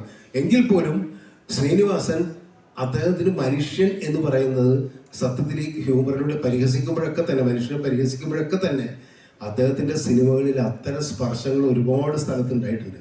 മനുഷ്യൻ്റെ നന്മകളെ തിരിച്ചറിയാനും അവൻ്റെ സഹാനുഭൂതിയെ തിരിച്ചറിയാനും കഴിയുന്നതുകൊണ്ടാണ് പരിഹാസത്തിലൂടെ ഇത്തരം കാര്യങ്ങൾ പറയാൻ കഴിയുന്നത്. ഇത് പലപ്പോഴും ഒരുപക്ഷെ പ്രിയൻ്റെയും സത്യൻ്റെയും ഒക്കെ കൂടെ ഇരിക്കുമ്പോൾ ഉണ്ടായിരുന്ന വ്യത്യസ്തമായിട്ട് ഞങ്ങൾ തമ്മിൽ ഇരിക്കുമ്പോൾ പലപ്പോഴും ചർച്ച ചെയ്ത് ഈ കാര്യങ്ങളായിരുന്നു. ഞാൻ ഈ ധർമ്മ കാര്യങ്ങളിൽ കുറച്ച് പിന്നോട്ടാണ്. അപ്പം എനിക്കത്ര ശ്രീനിയുടെ അത്ര ഇങ്ങനെ ബൗൺസ് ചെയ്യാൻ എനിക്ക് കോമഡി വരാറില്ല. അപ്പം ഞാൻ ആ കാര്യത്തിൽ വീക്കണം. അപ്പം ഞാൻ ശ്രീനി എന്നോട് പറഞ്ഞു വെച്ചാൽ, ഞാൻ കമലിന് വേണ്ടി തിരക്കഥ എഴുതുമ്പോൾ ഒരിക്കലും അങ്ങനെ കോമഡിയിലേക്ക് പോകേണ്ട കാര്യമില്ല, നമുക്ക് വേറെ ഏതെങ്കിലും ഈ മേഖല പിടിക്കാമെന്ന് പറഞ്ഞിട്ട് ഞങ്ങൾ ആദ്യം എഴുതുന്ന പടം പാവമ്പാൻ രാജകുമാരൻ. അത് തലശ്ശേരിയിലാണ്. മോഹനക്കറി, മോഹനൊന്ന് പഠിക്കുക കുട്ടിയാണ്. മോഹൻ ആ രീതിയിൽ പരിചയപ്പെടുത്തുന്നത് എനിക്കറിയില്ല, എങ്ങനെയാണെന്ന് അറിയില്ല. മോഹൻ്റെ ശ്രീനിയുടെ ഭാര്യയുടെ അനിയൻ കൂടിയാണ്. അപ്പോൾ ആ കാലത്ത് ഞങ്ങൾ പാവമ്പാൻ രാജകുമാരൻ എന്ന് പറഞ്ഞ പടം തലശ്ശേരിയിൽ ഇരുന്നിട്ടാണ് അതിൻ്റെ ഡിസ്കഷനൊക്കെ. അപ്പോൾ ശ്രീനിവാസൻ പറഞ്ഞത്, എൻ്റെ വീടിൻ്റെ അടുത്ത് ഒരാളുണ്ട്, ദാമോദരൻ എന്തോ പേര് പറഞ്ഞു അയാളുടെ, അങ്ങനെ ഒരാളുണ്ട്, അയാളെങ്ങനെ അവർ പറ്റിക്കുമായിരുന്നു. ഇങ്ങനെ എന്താണ് ലവ് ലെറ്റർ എഴുതിയിട്ട് പറ്റുക. ആ സിനിമയുടെ കഥ അതാണല്ലോ, ലവ് ലെറ്റർ എഴുതി പറ്റുക. പ്രിയനെ തമിഴിൽ ചെയ്തു, കഥ തമിഴിൽ പ്രിയ സിനിമയാക്കി. അപ്പോൾ അത് ഇങ്ങനെ പറ്റിക്കുമായിരുന്നു. അങ്ങനെ പറ്റിച്ച് ഈ ദാമോദരൻ എന്ന് പറയുന്ന ആളൊരു വട്ട് ലൈനിലേക്ക് പോയി എന്ന് പറയുന്ന ഒരു കഥ പറഞ്ഞു. അതിൽ നിന്നാണ് ഞങ്ങൾ ഈ പാവമ്പാൻ രാജകുമാരൻ്റെ കഥ തുടങ്ങുന്നത്. അതിൽ ഇതേപോലെ ഉണ്ട്, പറ്റിച്ചിട്ട് മീശ പഠിച്ച്, അവൾക്ക് മീശ പഠിക്കാൻ ഇഷ്ടം പറഞ്ഞിട്ട് മീശ പഠിച്ചിട്ട് പകുതി പഠിച്ച് പിന്നെ മീശ പഠിച്ച് ചെല്ലുന്ന ഒരു സംഭവങ്ങളൊക്കെ ഉണ്ടല്ലോ, നിങ്ങളെ പടം കണ്ടുള്ളവർക്ക് അറിയാൻ പറ്റും. അപ്പോൾ ഇത് കഴിഞ്ഞിട്ട് മഴയെത്തുമ്പേ എന്ന് പറയുന്ന പടത്തിൻ്റെ ഡിസ്കഷന് ഞങ്ങൾ കണ്ണൂർ ഗസ്റ്റ് ഹൗസിൽ ഇരിക്കുക. അപ്പോൾ ഡിസ്കഷൻ ഇരിക്കുന്ന സമയത്ത് ഒരു ദിവസം ഒരാൾ ശ്രീനിവാസൻ വേറെ ഒരു പടത്തിൽ അഭിനയിക്കുക, അതോടെ 2-3 ദിവസം ഉണ്ടാവില്ല എന്ന് പറഞ്ഞ് പെട്ടെന്ന് പോയി, ഡപ്പിങ്ങിൽ നിന്ന് പോയി. അപ്പോൾ ഞാനവിടെ കണ്ണൂർ ഗസ്റ്റ് ഹൗസിൽ ഒറ്റയ്ക്കാണ്. അപ്പോൾ ഒരു ദിവസം ഈ ദാമോദരൻ എന്ന് പറയുന്ന ആൾ വന്നു, എന്നെ കാണാൻ വേണ്ടി വന്നു. അപ്പോൾ എന്ന് പറഞ്ഞ്, ഞാൻ ദാമോദരനാണ്, പണ്ട് ശ്രീനിവാസൻ എന്നെ പറ്റിയിട്ട് സിനിമ ഉണ്ടാക്കിയിട്ടുണ്ട്, നിങ്ങൾ സിനിമ ചെയ്തിട്ടുണ്ട്, അയാളെ ഞാൻ കാണാൻ വേണ്ടി കാത്തിരിക്കുകയാണ്. അപ്പോൾ ഇവർ തമ്മിൽ എന്തോ പ്രശ്നമുണ്ടെന്നാണ് ഇയാൾ പറയുന്നത്, ഈ ദാമോദരൻ പറയുന്നത്. ഒരു കഥയുണ്ട്, ദീർഘം ശ്രമിക്കണം. അങ്ങനെ ഇയാൾ ശ്രീനിവാസനെ കൊല്ലാൻ വേണ്ടി കത്തിയിട്ട് കിടക്കണമെന്ന് പറയുന്നത്. എൻ്റെ ഒരു കത്തിയുണ്ട്, ഞാൻ ഇയാളെ കൊല്ലും എന്ന് പറഞ്ഞിട്ട് അതിന് 2-3 ദിവസം വന്നു. അപ്പോഴൊന്നും ശ്രീനിവാസനില്ല. ഞാൻ പറഞ്ഞു, ശ്രീനിവാസൻ വരില്ല, നിങ്ങൾ പറ്റിക്കണം, ശ്രീനി ബാത്റൂമിൽ ഒളിച്ചിരിക്കുന്നുണ്ട്, ഇപ്പം തുറക്കുന്നൊക്കെ പറഞ്ഞിട്ട് അങ്ങനെ പ്രശ്നമൊക്കെ ഉണ്ടാക്കി ഞാൻ പോയി. ഇത് കഴിഞ്ഞ് ശ്രീനിവാസൻ അടുത്ത ദിവസം വന്നു. അപ്പോൾ ഞാൻ പറഞ്ഞു, ഇങ്ങനെ ഒരാളെ അന്വേഷിച്ചു വന്നിരുന്നു, കുറേ പ്രശ്നം. ആര്? ദാമോദരനാണ്. അയാൾ 2 വർഷം മുമ്പ് ട്രാൻസ്പോർട്ട് ബസ് ഇടിച്ച് മരിച്ചല്ലോ എന്ന് പറഞ്ഞു. ഞാൻ പറഞ്ഞത്, എന്താ നിങ്ങൾ പറയുന്നത്? അല്ലെന്ന് ഞങ്ങൾ മരിച്ചുപോയി. ശ്രീനി എന്ത് പറഞ്ഞു? ഞാൻ പറഞ്ഞു, ഞാൻ കണ്ടതല്ലേ, 3 ദിവസമായിട്ട് എൻ്റെ അടുത്ത് വരും, അത് കമലിന് തോന്നിയായിരിക്കും. എന്നെ പറഞ്ഞിട്ട് ഒരു വർഷത്തോളം എന്നെ പറഞ്ഞ് പറ്റിച്ചെന്നുള്ളതാണ്. ഞാൻ അതിനെക്കുറിച്ച് എഴുതിയിട്ടുണ്ട്. ഇയാളെ ജീവിച്ചിരിപ്പില്ല എന്ന് പറഞ്ഞിട്ട് സ്ഥാപിച്ചു കഴിഞ്ഞു. അങ്ങനെയൊക്കെയുള്ള ഒരുപാട് കഥകൾ നമുക്ക് ഇതിന് പുറകിലുണ്ടെന്നുള്ളതാണ്. അപ്പം ഞാൻ സിനിമയിലേക്ക് വന്നു കഴിഞ്ഞാൽ ശ്രീനിയായിട്ട് എഴുതുമ്പോൾ ഇതേപോലെ ചമ്പക്കുളം എന്ന് വെച്ചാൽ എനിക്ക് യാതൊരു പരിചയമില്ലാത്തൊരു മേഖലയാണ് ഈ കുട്ടനാടും അവിടുത്തെ വള്ളം കളി, വള്ളം പണിയുന്നവരുടെ ജീവിതമായിട്ട് യാതൊരു ബന്ധമില്ല. അപ്പം ഇങ്ങനൊരു കഥ നമുക്ക് എഴുതാന്നൊക്കെ പറഞ്ഞപ്പോൾ നമുക്ക് കുട്ടനാട് പോയാലോ എന്ന് പെട്ടെന്ന് പറയണം. അപ്പം എനിക്കും കുട്ടനാടായിട്ട് യാതൊരു ബന്ധമില്ല, ഞാനവിടെ വല്ലപ്പോഴും ഇങ്ങനെ പോയിട്ട് നേരിടൊന്നുമില്ല. അങ്ങനെ രഞ്ജി പണിക്കർ, അന്ന് രഞ്ജി പണിക്കർ സിനിമയിൽ തുടങ്ങുന്നുള്ളൂ, അദ്ദേഹം ജേർണലിസ്റ്റായിരുന്നു. അപ്പോൾ രഞ്ജി പണിക്കരെ കൂട്ടിയിട്ടാണ് ഞങ്ങൾ ഈ കുട്ടനാട്ടിലൂടെ യാത്ര ചെയ്തിട്ടാണ് ഈ നിരീക്ഷിക്കുക എന്ന് പറയുന്ന ഒരു സംഭവം ഉണ്ടല്ലോ, ഈ തങ്കപ്പനാശാരി എന്ന് പറഞ്ഞിട്ട് വള്ളം പണിയുന്ന ആളുണ്ട്, അയാളെ പോയി കണ്ട് അതിൻ്റെ അളവുകൾ കാര്യങ്ങളൊക്കെ ഇങ്ങനെയുള്ള കാര്യങ്ങളൊക്കെ നിരീക്ഷിച്ചുകൊണ്ട് ഒരാഴ്ചക്കുള്ളിൽ ശ്രീനിവാസൻ അതിൻ്റെ തിരക്കഥയുടെ ഓൺലൈൻ ഉണ്ടാക്കിയെന്നുള്ളതാണ്. പക്ഷേ ഒരു തമാശ ഉണ്ടായെന്ന് വെച്ചാൽ ഞാൻ അതുകൂടി പറഞ്ഞ് ദീർഘിപ്പിക്കും. കാരണം വെച്ചാൽ ഇങ്ങനെയുള്ള കാര്യങ്ങൾ ഒരുപാട് എല്ലാവർക്കും പറയാനുള്ളതുകൊണ്ട് ഇത് ഞങ്ങളൊരു ഓൺലൈൻ ഉണ്ടാക്കി, ബാക്കി കാര്യങ്ങൾ ഡയറക്ടർ ചെയ്യേണ്ട കാര്യങ്ങളുണ്ടല്ലോ, കമ്പോസിങ് പരിപാടികൾ, ലൊക്കേഷൻ നോക്കുന്ന കാര്യങ്ങളൊക്കെ എന്നെ ഏൽപ്പിച്ചു. ഈ സമയത്ത് ശ്രീനിവാസൻ വേറെ പടത്തിൽ അഭിനയിക്കാൻ പോയി, ഒരു കൊച്ചു ഭൂമി വിൽക്കെന്ന് പറഞ്ഞു. ആ പടത്തിൻ്റെ ഷൂട്ടിങ്ങിന് വേണ്ടി തിരുവല്ലയിൽ ചെന്ന് കഴിഞ്ഞപ്പോൾ അതിൻ്റെ സ്ക്രിപ്റ്റ് ഭയങ്കര പ്രശ്നമുണ്ട്. ഈ ഗോസ്റ്റ് റൈറ്ററായിട്ട് ശ്രീനിവാസൻ സ്വന്തമായിട്ട് തിരക്കഥ എഴുതിയത് മാത്രമല്ല കേട്ടോ, ശ്രീനിവാസൻ അഭിനയിച്ച പല പടങ്ങളിലും ഗോസ്റ്റ് റൈറ്ററായിട്ട് എഴുതി കൊടുക്കേണ്ടി വരും. അവിടെ ചിലപ്പോൾ തിരക്കഥ സ്വയം എഴുതേണ്ടി വരുന്നൊരവസ്ഥ ഉണ്ടാകും. അങ്ങനെ നായകനായിട്ട് അഭിനയിക്കാൻ പോയാൽ തിരക്കഥ എഴുതാതിരുന്നിട്ട് കംപ്ലീറ്റ് അതിലങ്ങോട്ട് മുഴുകിയിട്ട് ഇവിടെ ഷൂട്ടിംഗ് ഒക്കെ തീരുമാനിച്ചു, എല്ലാം കഴിഞ്ഞിട്ട് ശ്രീനിവാസൻ വരുന്നില്ല. ഞാൻ ഡെയിലി ശ്രീനിയെ വിളിക്കുന്നു, പ്രൊഡ്യൂസർ അവിടെ ചെല്ലുന്നു, ഞാൻ നാളെ എത്തുന്നു പറഞ്ഞു. എല്ലാം കഴിഞ്ഞ് ഞങ്ങൾ ലൊക്കേഷനിൽ എത്തി. മധുസാറ് ക്യാബേജ് അടക്കമുള്ള ആൾക്കാർ വന്നു. മറ്റൊന്ന് ഷൂട്ടിംഗ് തുടങ്ങുക. അപ്പോൾ ശ്രീനിവാസൻ ഞാൻ രാവിലെ എത്തുന്നു പറഞ്ഞു. ശ്രീനി വൈകുന്നേരമാണ് വരുന്നത്. നമുക്ക് പനിയായിട്ട് വരുന്നത്. ഞാൻ പനിയായിപ്പോൾ ഞങ്ങൾ കുറച്ച് നേരം കിടക്കട്ടെ എന്ന് പറഞ്ഞു. ഞങ്ങൾ കുറച്ച് നേരം കിടന്നു. ഉറങ്ങിയിട്ട് എണീറ്റിട്ട് വൈകിട്ട് 6 മണി കഴിഞ്ഞപ്പോൾ എന്നെ വിളിച്ചിട്ട് പറഞ്ഞു, നമ്മൾ മറ്റൊന്നേ ഷൂട്ടിംഗ് തുടങ്ങുന്നത്. ഞാൻ എഴുതിയിട്ടില്ല. ഞാൻ വിചാരിച്ച് കുറേ എഴുതിയിട്ടെന്ന് പറഞ്ഞു. വൈറ്റ് പേപ്പർ ഇട്ട് പറയുന്നു പറഞ്ഞു. അപ്പോൾ നേരത്തെ ജനറേറ്ററിൻ്റെ കാര്യം പറഞ്ഞ കഥയാണ്. അങ്ങനെ അത് കഴിഞ്ഞിട്ട് ഒരു തമാശ എന്ന് വെച്ച് കഴിഞ്ഞിട്ടുണ്ടെങ്കിൽ മുറിയിലിരുന്ന് കുറച്ച് കഴിഞ്ഞ് ശ്രീനിയോട് പറഞ്ഞു, അല്ല എന്താണ് നമ്മുടെ പടത്തിൻ്റെ കഥ എന്ന് ചോദിക്കാൻ കഥ എന്താണ് അദ്ദേഹം മറന്നുപോയി, ഓർമ്മയില്ല. ഞാൻ സത്യം ശ്രീനിയോട് തമാശയല്ല, ഞാൻ വിചാരിച്ചത് ഇതുപോലെ തന്നെ ഇങ്ങനെ വട്ടാക്കണ പരിപാടികളോട് തമാശ പറയുന്നു. പക്ഷെ ശ്രീനിയോട് അല്ല, തമാശയല്ല, എനിക്ക് ഓർമ്മയില്ല, ഞാൻ മറന്നുപോയി, അത്രയും ബ്ലാങ്കാണെന്ന് പറഞ്ഞു. അങ്ങനെ കമലൊരു കാര്യം ചെയ്യും, ആ വള്ളയെ വെച്ചിട്ട് എനിക്കൊന്ന് പറഞ്ഞു തന്നു പറഞ്ഞു. അങ്ങനെ ഞാൻ കഥാകൃത്തിനോട് അങ്ങോട്ട് കഥ പറഞ്ഞു കൊടുക്കുക. ഇത് മുഴുവൻ പറഞ്ഞു കഴിഞ്ഞപ്പോൾ പറഞ്ഞ് ഇതിൻ്റെ അതൊരു കഥ ഉണ്ടല്ലേ. ഞാൻ പറഞ്ഞ കഥയുണ്ടല്ലോ നമ്മൾ വളരെ എഴുതിയത്, എന്നാൽ പിന്നെ നമുക്ക് തുടങ്ങല്ലേ എന്ന് പറഞ്ഞു. ആ കോൺഫിഡൻസ് സമ്മതിക്കണം. അങ്ങനെയാണ് ശ്രീനിവാസൻ്റെ എല്ലാ സിനിമകളും ഉണ്ടായിട്ടുള്ളത്. എൻ്റെ അനുഭവം ഞാൻ പറയുന്നത് പ്രിയനുമായ അനുഭവം ഉണ്ടാവും. കാളികരാവണൊക്കെ അങ്ങനെ തന്നെ ഉണ്ടായിരുന്നുള്ളൂ. കാരണം ലൊക്കേഷനിൽ നിന്ന് എഴുതാന്ന് പറയുന്നത് എക്സാജറേഷൻ അല്ല. പക്ഷെ ആ സമയത്ത് എങ്ങനെ ഇത്രയും നർമ്മവും ഇത്രയും ജീവിതവും ഒക്കെ ആയിട്ട് ബന്ധപ്പെട്ട സാധനങ്ങൾ വരുന്നു എന്ന് പറഞ്ഞു കഴിഞ്ഞിട്ടുണ്ടെങ്കിൽ അദ്ദേഹത്തിൻ്റെ മനസ്സൊരു സിനിമ ഫാക്ടറിയാണെന്ന് എനിക്ക് തോന്നുന്നു. ഈ കടലാസിലേക്ക് പകർത്തലില്ലാതെ മാത്രമേ ഉള്ളൂ, എല്ലാം അവിടെ സംഭവിക്കുന്നു എന്നുള്ളതാണ് എൻ്റെ ഒരു അനുഭവം. അപ്പോൾ ജീവിതത്തിൽ നിന്ന് അടർത്തിയിട്ടുള്ള കഥാപാത്രങ്ങൾ നർമ്മത്തിലൂടെ മാത്രമല്ല, അതുപോലെ തന്നെ ഹൃദയസ്പർശിയായിട്ടും അദ്ദേഹം അവതരിപ്പിച്ചിട്ടുണ്ട് എന്നുള്ളതാണ് എനിക്ക് പറയാനുള്ളത്. ഞാൻ ദീർഘിപ്പിച്ചതിന് ക്ഷമിക്കണം. ഇങ്ങനെ ഒരു കോടമ്പുഴയുടെ ഒരു കഥ പറയുന്നു. ഈ ഒരു മനുഷ്യ സ്നേഹത്തിൻ്റെ സിനിമയ്ക്കകത്തുള്ള ഈ വലിയ മനുഷ്യരുമായിട്ടുള്ള സൗഹൃദത്തിനപ്പുറത്തേക്ക് സാധാരണപ്പെട്ട മനുഷ്യരുമായിട്ടുള്ള ഒരു സൗഹൃദം അദ്ദേഹം സൂക്ഷിച്ചിട്ടുണ്ട്. ഞാനിന്ന് മോഹനേട്ടനോട് പറയായിരുന്നു, ലാബ് ശങ്കരൻകുട്ടി എന്ന് പറഞ്ഞ ചലച്ചിത്ര അക്കാദമിയായിട്ടൊക്കെ പഴയ ന്യൂ ഇറ ലാബിൽ കോടമ്പാക്കത്ത് ആ പഴയ കാലത്ത് ശ്രീനിവാസനുമായിട്ടുള്ള സൗഹൃദം ഉണ്ടായിരുന്ന മനുഷ്യന് വേണ്ടിയാണ് അദ്ദേഹം യഥാർത്ഥത്തിൽ പാസഞ്ചർ എന്ന് പറഞ്ഞൊരു സിനിമ ചെയ്യാൻ തയ്യാറായത്. അതുപോലെ എനിക്ക് പറഞ്ഞിട്ട് ഞാനും കൂടെ പോയ ഒരു പരിപാടിയാണ് തമ്പി എന്ന് പറഞ്ഞ, പക്ഷെ അറിയാവുന്ന അറിഞ്ഞൂടെ, അന്ന് പണ്ട് മദ്രാസിലുണ്ടായിരുന്ന ആളാണ്. അദ്ദേഹത്തിൻ്റെ ഒരു വർക്ക്ഷോപ്പ് കടയ്ക്കൽ തുടങ്ങിയപ്പോൾ അത് ഉദ്ഘാടനത്തിനായിട്ട് ചെന്നൈയിൽ ഏതോ ഒരു പടത്തിൻ്റെ എഴുത്തിൽ നിന്നാണ് ശ്രീനിയേട്ടൻ വരുന്നത്. വന്ന് ഉദ്ഘാടനം കഴിഞ്ഞ് ഹോട്ടലിൽ മുറിയിലിരിക്കുമ്പോൾ ഈ തമ്പിച്ചേട്ടൻ കുറച്ച് പൈസ, ഫ്ലൈറ്റ് ടിക്കറ്റിൻ്റെ പൈസയാണ് കൊണ്ട് കൊടുക്കാനായിട്ട് വന്നു. അതൊക്കെ തമ്പിയുടെ കൈവശം ഇരുന്നോട്ടെ, ഞാൻ എന്നെ ഒന്ന് എയർപോർട്ടിൽ തിരിച്ചെത്തിക്കാനുള്ള ഒരു വണ്ടി എനിക്ക് അറേഞ്ച് ചെയ്താൽ മതി എന്ന് പറഞ്ഞിട്ടാണ് ശ്രീനിവാസൻ എയർപോർട്ടിലേക്ക് പോകുന്നത്. അങ്ങനെ പറഞ്ഞാൽ ഒരുപാട് മനുഷ്യരുമായിട്ടുള്ള, സാധാരണ മനുഷ്യരുമായിട്ടുള്ള സൗഹൃദം അദ്ദേഹം ജീവിതത്തിൽ എമ്പാടും സൂക്ഷിച്ച ആളായിരുന്നു. അതാണല്ലോ നമുക്ക് അദ്ദേഹത്തിന് കിട്ടുന്ന ഒരു വലിയ അംഗീകാരത്തിന് ഒരു ഘടകം അതുകൂടിയാണ്. അപ്പോൾ നമ്മളോടൊപ്പം ശ്രീ പ്രേംകുമാർ ഉണ്ട്, ചലച്ചിത്ര അക്കാദമിയുടെ മുൻ ചെയർമാൻ.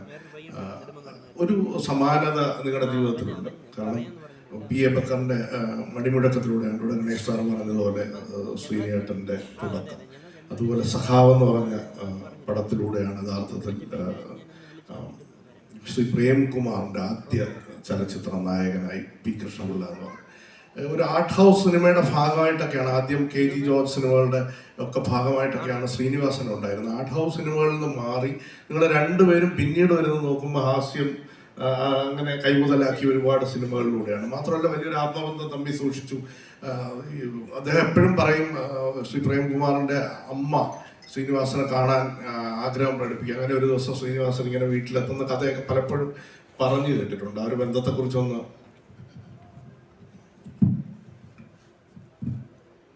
ഇവിടെ കേരള നിയമസഭയുടെ ഈ ഹാളിൽ തന്നെക്കുറിച്ച് ഇങ്ങനെ ഒരു അനുസ്മരണ പരിപാടി നടക്കുന്നുണ്ട് എന്നറിഞ്ഞാൽ ശ്രീനേട്ടൻ്റെ ആത്മാവ് ഒരുപക്ഷെ ഇപ്പോൾ അതിനെക്കുറിച്ച് തന്നെ വളരെ വിമർശനാത്മകമായും ആക്ഷേപഹാസ്യപരമായും ഒരു പരിധിവരെ തത്വചിന്താപരമായും ഒക്കെ ഒരു നല്ല കമൻറ്റ് അദ്ദേഹത്തിൽ നിന്നുണ്ടാവുകയായിരുന്നു. അങ്ങനെയാണ് ഞാൻ വിചാരിക്കുന്നത്. കാര്യം ജീവിതത്തെയും ഈ ലോകത്തെയും ഈ ലോകത്തെ മനുഷ്യരെയും മനുഷ്യ അവസ്ഥകളെയും എല്ലാത്തിനെയും മറ്റൊരു തരത്തിൽ വീക്ഷിക്കുന്ന ഒരു മഹാപ്രതിഭ. നമ്മളൊക്കെ സാധാരണ ജീവിതത്തെയോ അല്ലെങ്കിൽ ലോകത്തെയൊക്കെ നോക്കി കാണുന്ന തരത്തിൽ നിന്നൊക്കെ മാറി മറ്റൊരു ഡയമെൻഷനിൽ ഇതിനെല്ലാം സമഗ്രമായി കാണാൻ പറ്റുന്ന അതൊരു ഉയർന്ന ചിന്തയുടെയും ബുദ്ധിയുടെയും നമ്മൾ ഈ ജീനിയസ് എന്നൊക്കെ പലപ്പോഴും പറയുന്ന ആ വാക്കിന് യഥാർത്ഥ ഒരു അർത്ഥം അതാണ് ശ്രീനേട്ടൻ എന്നെനിക്ക് തോന്നിയിട്ടുണ്ട്. ഞാനൊരു കോളേജ് വിദ്യാർത്ഥി ആയിരിക്കുമ്പോൾ അഭ്രപാളികളിൽ വളരെ വിസ്മയത്തോടെ അഭിനയവും അദ്ദേഹത്തിന്റെ തിരക്കഥകളും ഒക്കെ ഇങ്ങനെ വല്ലാതെ ഒരു ആവശ്യത്തോടെ കണ്ടിരുന്ന ഒരാളാണ്. പിൽക്കാലത്ത് അദ്ദേഹത്തോടൊപ്പം കുറെ സിനിമകൾ, ഒരുപാടൊന്നുമില്ലെങ്കിലും അവസാന കാലത്ത് മോഹൻലാലിന്റെ ഈ അരവിന്ദന്റെ അതിഥികൾ പോലുള്ള സിനിമകൾ വരെ കുറെ സിനിമകൾ അഭിനയിച്ചിട്ടുണ്ട്. നമ്മൾ പലപ്പോഴും ഈ പല വിഗ്രഹതുല്യമായ വ്യക്തിത്വങ്ങളെയും നമ്മളിങ്ങനെ ദൂരെ നിന്ന് നോക്കി കാണുകയും ഒക്കെ ചെയ്യുമ്പോൾ നമുക്ക് വലിയൊരു മഹത്വം തോന്നും.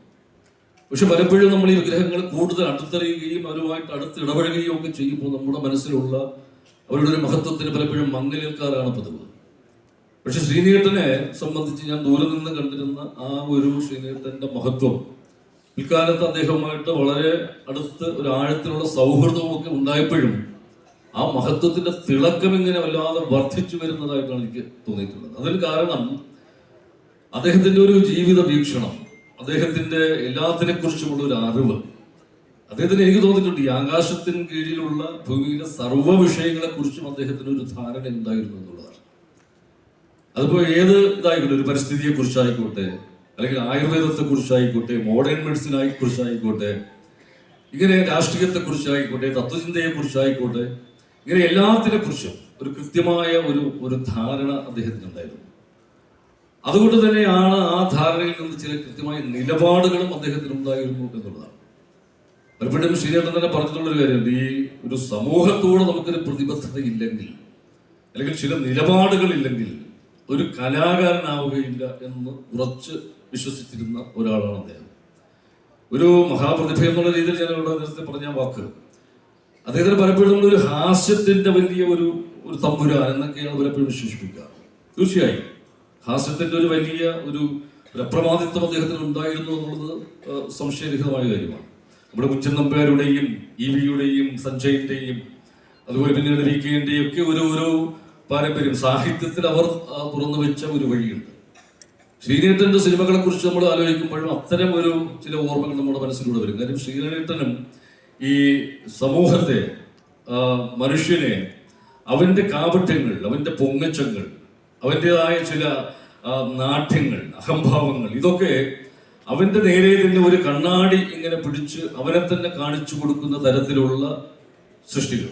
അത് സിനിമയിൽ ജീവിതത്തിന്റെ തന്നെ നേർക്കാഴ്ചയായിട്ട് അനുഭവിപ്പിക്കുകയും അതിന് കൃത്യമായ നർമ്മവും ആക്ഷേപഹാസ്യവും വിമർശനവും എല്ലാം കൂട്ടിച്ചേർത്ത് ആർക്കും ഒരു നോവുണ്ടാകാത്ത രീതിയിൽ അതിനെ ഏറ്റവും ആസ്വാദ്യകരമായി അവതരിപ്പിക്കുന്ന ഒരു രാസവിദ്യ അത് ശ്രീനേട്ടൻ ഉണ്ടായിരുന്നു എന്നാണ് എനിക്ക് തോന്നിയിട്ടുള്ളത്. നമ്മൾ ഈ ഹാസ്യത്തിനെ കുറിച്ച് മാത്രമല്ല, അദ്ദേഹം പല തരത്തിൽ പഠിക്കപ്പെടേണ്ട ഒരു പ്രതിഭയാണ്. ഇപ്പൊ അദ്ദേഹം തന്നെ തിരക്കഥകൾ എഴുതുന്ന സിനിമകളിലുള്ള എല്ലാ കഥാപാത്രങ്ങളും, അത് നായകനായിക്കോട്ടെ, വില്ലനായിക്കോട്ടെ, അതിനകത്തെ പ്രണയമായിക്കോട്ടെ, വിരഹമായിക്കോട്ടെ, വിപ്ലവമായിക്കോട്ടെ, രാഷ്ട്രീയമായിക്കോട്ടെ, തത്വചിന്തയായിക്കോട്ടെ, ഇതിനെല്ലാം ഓരോ കഥാപാത്രത്തിനും ഇണങ്ങും വിധം ആ കഥാപാത്രത്തിന്റെ സൂക്ഷ്മഭാവങ്ങൾക്ക് അനുസൃതമായ രീതിയിലുള്ള സംഭാഷണങ്ങൾ അത് രചിക്കുക. ആ സിനിമയിൽ ആ കഥാപാത്രങ്ങളുടെ ഒരു വ്യക്തിത്വം കൃത്യമായി കരിപ്പിടിപ്പിച്ചെടുക്കുകയും ആ കഥാപാത്രങ്ങളുടെ മാനറിസംസ് ഉൾപ്പെടെ രൂപപ്പെടുത്തിയെടുക്കുകയൊക്കെ ചെയ്യുന്നത് ഇതേ ശ്രീനേട്ടൻ തന്നെയാണ്. ഇതേ നർമ്മം ഉപയോഗിക്കുന്ന വ്യക്തി തന്നെയാണ് ഏറ്റവും തീവ്രമായ വിരഹവും പ്രണയവും ഒക്കെ ഏറ്റവും മനോഹരമായി തന്റെ സിനിമകളിൽ സന്നിവേശിപ്പിച്ചിട്ടുള്ളത്. അപ്പൊ എല്ലാ കഥാപാത്രങ്ങൾക്കും ഇണങ്ങും വിധം അതിൻ്റെതായ രീതിയിൽ ആ സംഭാഷണങ്ങൾ രചിക്കുക. ശ്രീനേട്ടന്റെ സംഭാഷണങ്ങൾ പോലും പലപ്പോഴും പല സിനിമകളിലും വലിയ നെടുനെടുങ്കൻ ഡയലോഗുകളിലൂടെ കമ്മ്യൂണിക്കേറ്റ് ചെയ്യാവുന്ന ചില കാര്യങ്ങൾ ശ്രീനേട്ടന്റെ ഒറ്റ ചില വാചകത്തിൽ അല്ലെങ്കിൽ ഒറ്റ സംഭാഷണത്തിൽ അതിനേക്കാളൊക്കെ ശക്തമായി കുറിക്കൊള്ളുന്ന രീതിയിൽ അവതരിപ്പിക്കാൻ പറ്റുന്ന തരത്തിലുള്ള ഒരു പ്രതിഭാവിലാസം ശ്രീനേട്ടനുണ്ടായിരുന്നു. അദ്ദേഹം തിരക്കഥാകൃത്തായിരുന്നു, സംവിധായകൻ, ഏറ്റവും മികച്ച ഒരു സംവിധായകനായിരുന്നു. അദ്ദേഹത്തിന് ദേശീയ പുരസ്കാരം പോലും കിട്ടിയിട്ടുണ്ട്. ഏറ്റവും മികച്ച നടനായിരുന്നു. ഇങ്ങനെ പലതരത്തിൽ ശ്രീനേട്ടനെ നമുക്ക് അടയാളപ്പെടുത്തേണ്ടതുണ്ട്. ഇപ്പൊ ഞാനുമായിട്ടുള്ള ഒരു സൗഹൃദം ഞാൻ പറഞ്ഞല്ലോ, അദ്ദേഹമായിട്ട് ആദ്യകാലങ്ങളിൽ തന്നെ അഭിനയിക്കുമ്പോൾ ബക്കർ സാറിന്റെ സിനിമയിലൂടെയാണ് അദ്ദേഹം വന്നതുപോലെ ഞാനും അതെ. പിന്നീട് ഇൻസ്റ്റിറ്റ്യൂട്ടിൽ നിന്നാണ് അദ്ദേഹത്തിന്റെ ഒരു വരവ്. ഞാനും സ്കൂൾ ഓഫ് ഡ്രാമയിൽ നിന്ന് കഴിച്ചിട്ടാണ്. അപ്പൊ അതുകൊണ്ടൊക്കെ തന്നെ ചില ഒരു സാമ്യം എവിടെയൊക്കെ അദ്ദേഹത്തിന് എന്നോടൊരു വലിയൊരു സൗഹൃദം അദ്ദേഹത്തിനുണ്ടായിരുന്നു. അത് ഈ അവസാന കാലം വരെയും ആഴത്തിലുള്ള ആ ഒരു സൗഹൃദം സൂക്ഷിക്കാൻ അദ്ദേഹം ഒരു തികഞ്ഞ മനുഷ്യനായിരുന്നു. അതാണ് ഏറ്റവും പ്രധാനം. ഈ ഒരു തൻ്റെ നാട്ടിലെ ആൾക്കാരുമായിട്ട് അദ്ദേഹം തുടങ്ങിയ കാലത്തുള്ള അദ്ദേഹത്തിന്റെ നാടക പ്രവർത്തന കാലത്ത് കൂടെ ഉണ്ടായിരുന്ന നാടക പ്രവർത്തകര്, അതുപോലെ അദ്ദേഹത്തിന്റെ സുഹൃത്തുക്കളെ, പഠിച്ച സ്കൂളിലുള്ള സഹപാഠികളെ, പഠിച്ച സ്കൂളിനെ, ഇതിനൊക്കെ കുറിച്ചൊക്കെ അദ്ദേഹം സംസാരിക്കുകയും അവിടെയുള്ള പഴയ ചങ്ങാതിമാരെയൊക്കെ അദ്ദേഹം നിരന്തരം ഫോണിലൂടെ വിളിച്ച് അവരുടെ ഇപ്പോഴത്തെ കാര്യങ്ങളൊക്കെ കൃത്യമായി തിരക്കുകയും, ഇങ്ങനെ ഒരു നല്ല മനുഷ്യത്വമുള്ള ഒരു മനുഷ്യന്റെ ഏറ്റവും നല്ല ഒരു ക്വാളിറ്റി അദ്ദേഹം സൂക്ഷിച്ചിരുന്നു എന്നുള്ളതാണ്. ഈ ഒരു വലിയ താരപ്രഭയിൽ നിൽക്കുമ്പോഴും അത് അദ്ദേഹത്തിന്റെ മനസ്സിൽ ആ ഒരു നന്മയായിട്ട് അദ്ദേഹത്തിന്റെ ഉള്ളിലുണ്ട്. മറ്റൊന്ന്, അദ്ദേഹത്തിന്റെ ചില നർമ്മങ്ങളെ കുറിച്ചൊക്കെ ഇവിടെ വളരെ വിശദമായിട്ട് തന്നെ ഇവിടെ സൂചിപ്പിച്ചു. ഞാൻ പറഞ്ഞല്ലോ, പലതിനെ കുറിച്ചും അദ്ദേഹം നോക്കിക്കാണുന്ന രീതി മറ്റൊരു തരത്തിലാണ്. ഉദാഹരണത്തിന്, ഇപ്പൊ നമ്മളോടൊക്കെ ഒരു ചായ വേണോ എന്ന് ആരെങ്കിലും ചോദിച്ചാൽ നമുക്ക് രണ്ട് മറുപടിയേ ഉണ്ടാവുള്ളൂ, ഒന്നുകിൽ വേണം അല്ലെങ്കിൽ വേണ്ട. പക്ഷെ ശ്രീനോട്ടിനോട് നിങ്ങൾ ചോദിക്കൂ ചായ വേണോ എന്ന്, അദ്ദേഹം പറയും ഒന്നും പറയാറായിട്ടില്ല, ഇല്ലെങ്കിൽ പറയും വേണ്ടി വന്നേക്കും, ഇല്ലെങ്കിൽ തീരുമാനിച്ചിട്ടില്ല, വേണോ, തിരിച്ചങ്ങോട്ട് വേണോ, ഇങ്ങനെയൊക്കെയുള്ള വിരുദ്ധമായ ഒരു വ്യത്യസ്തമായ മറുപടികളാണ് അദ്ദേഹത്തിന്. ഇത് സിനിമയിൽ മാത്രമല്ല, അദ്ദേഹം സിനിമയിലുള്ള നർമ്മങ്ങൾക്കൊക്കെ അപ്പുറം ജീവിതത്തിൽ അദ്ദേഹം എപ്പോഴും ഇതുപോലുള്ള നർമ്മപ്രയോഗങ്ങൾ ഇങ്ങനെ നടത്തിയിട്ടുള്ള ഒരു വ്യക്തിയാണ്. ഇപ്പൊ ഈ അവസാന കാലത്ത് അദ്ദേഹം പിന്നെ രോഗാവസ്ഥയിലായിരുന്ന കാലത്ത് ഒരിക്കലും ഈ ഒരു വല്ലാതെ കുഴഞ്ഞു വീഴുന്ന ഒരു സാഹചര്യമുണ്ട്. അന്ന് VM വിനും നമ്മുടെ സംവിധായകൻ, അദ്ദേഹമാണ് ഈ ഒരു അവസ്ഥയിൽ അദ്ദേഹത്തെ ആശുപത്രിയിൽ എത്തിച്ചത്. അപ്പോൾ ഏതാണ്ട് ബോധമില്ലായിരുന്നു എന്നാണ് ഞാൻ മനസ്സിലാക്കുന്നത്. അങ്ങനെ ബോധമൊക്കെ തെളിഞ്ഞ് ചികിത്സ കഴിച്ച് ഡോക്ടർ ശ്രീധരനോട് പറഞ്ഞു, ഈ നിൽക്കുന്ന VM വിനു തക്ക സമയത്ത് നിങ്ങൾ ആശുപത്രിയിൽ എത്തിച്ചത് കൊണ്ടാണ് നിങ്ങളുടെ ജീവൻ രക്ഷിക്കാൻ കഴിഞ്ഞത്. അപ്പൊ ശ്രീധരൻ വിനോദം നോക്കിയിട്ട് പറഞ്ഞു, ഓഹോ അത് ശരി, അപ്പൊ ഇയാളാണ് എന്നെ രക്ഷിച്ചതല്ലേ, എന്നാ പിന്നെ ഇനിയുള്ള എന്റെ ജീവിതകാലം മുഴുവൻ ചെലവും ഈ VM വിനു വഹിക്കണം. സാധാരണ ഒരു മനുഷ്യനാണെങ്കിൽ നമ്മൾ അദ്ദേഹത്തെ ദൈവതുല്യനായ ഒരു മനുഷ്യനെന്ന് പറഞ്ഞ് അദ്ദേഹത്തോട് നന്ദി പറയുകയോ സ്തുതിക്കുകയോ ഒക്കെ ചെയ്യുന്നതിന് പകരം ഇതാണ് ശ്രീനേട്ടന്റെ മറുപടി.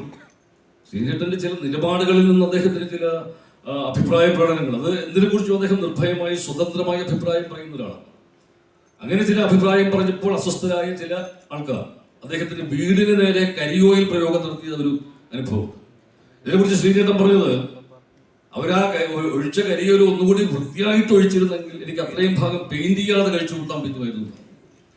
അപ്പൊ ഇങ്ങനെ എല്ലാത്തിനെയും ആ രീതിയിൽ കാണുന്ന ഒരു മനസ്സ്, അത് ഏത് വിഷയത്തെ കുറിച്ചായിരുന്നാലും അദ്ദേഹത്തിന്റെ പ്രതികരണങ്ങൾ ആ തരത്തിലാണ്.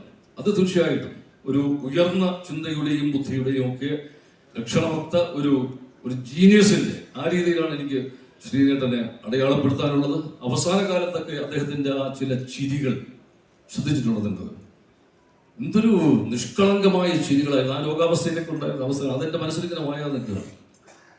ഒരു അല്ലാതെ നമ്മളെ ഒരു ശിശുവിന്റെ, ഒരു കുട്ടിയുടെ നിഷ്കളങ്കമായ ഒരു ചിരി പോലെ അദ്ദേഹം തന്നെ ചില തമാശകൾ പറഞ്ഞതും അതുപോലെ കേൾക്കുന്ന തമാശകളും ഒക്കെ കേട്ടിട്ട് ആ ഒരു നിഷ്കളങ്കമായ ചിരി, അത് ഉള്ളിൽ ഒരു പകയോ വിദ്വേഷമോ ഈ മനുഷ്യരോടോ സമൂഹത്തോടോ എന്തെങ്കിലും ഒരു വെറുപ്പോ അങ്ങനെ ഒരു കന്മഷവും ഇല്ലാത്ത മനസ്സിൽ നിന്ന്, ഹൃദയത്തിന്റെ ആഴങ്ങളിൽ നിന്ന് വരുന്ന ഏറ്റവും നിഷ്കളങ്കമായ വിശുദ്ധമായ ഒരു ചിരിയാണത്.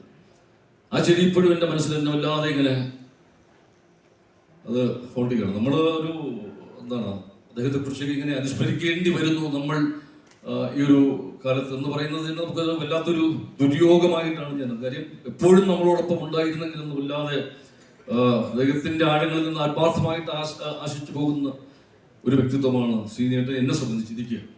അത്രയേറെ ഒരു പ്രിയപ്പെട്ട ഒരു വ്യക്തിയുടെ വിയോഗത്തിനാണ് ഇപ്പോൾ സാക്ഷ്യം വഹിക്കേണ്ടി വന്നു എന്നുള്ളത് ഏറ്റവും നിർഭാഗ്യകരമായ ഒരു, വളരെ അവിശ്വസനീയമാണ് യഥാർത്ഥത്തിൽ നമുക്ക് ശ്രീനേട്ടൻ്റെ ഒരു വേർപാടെന്ന് പറയുന്നത്.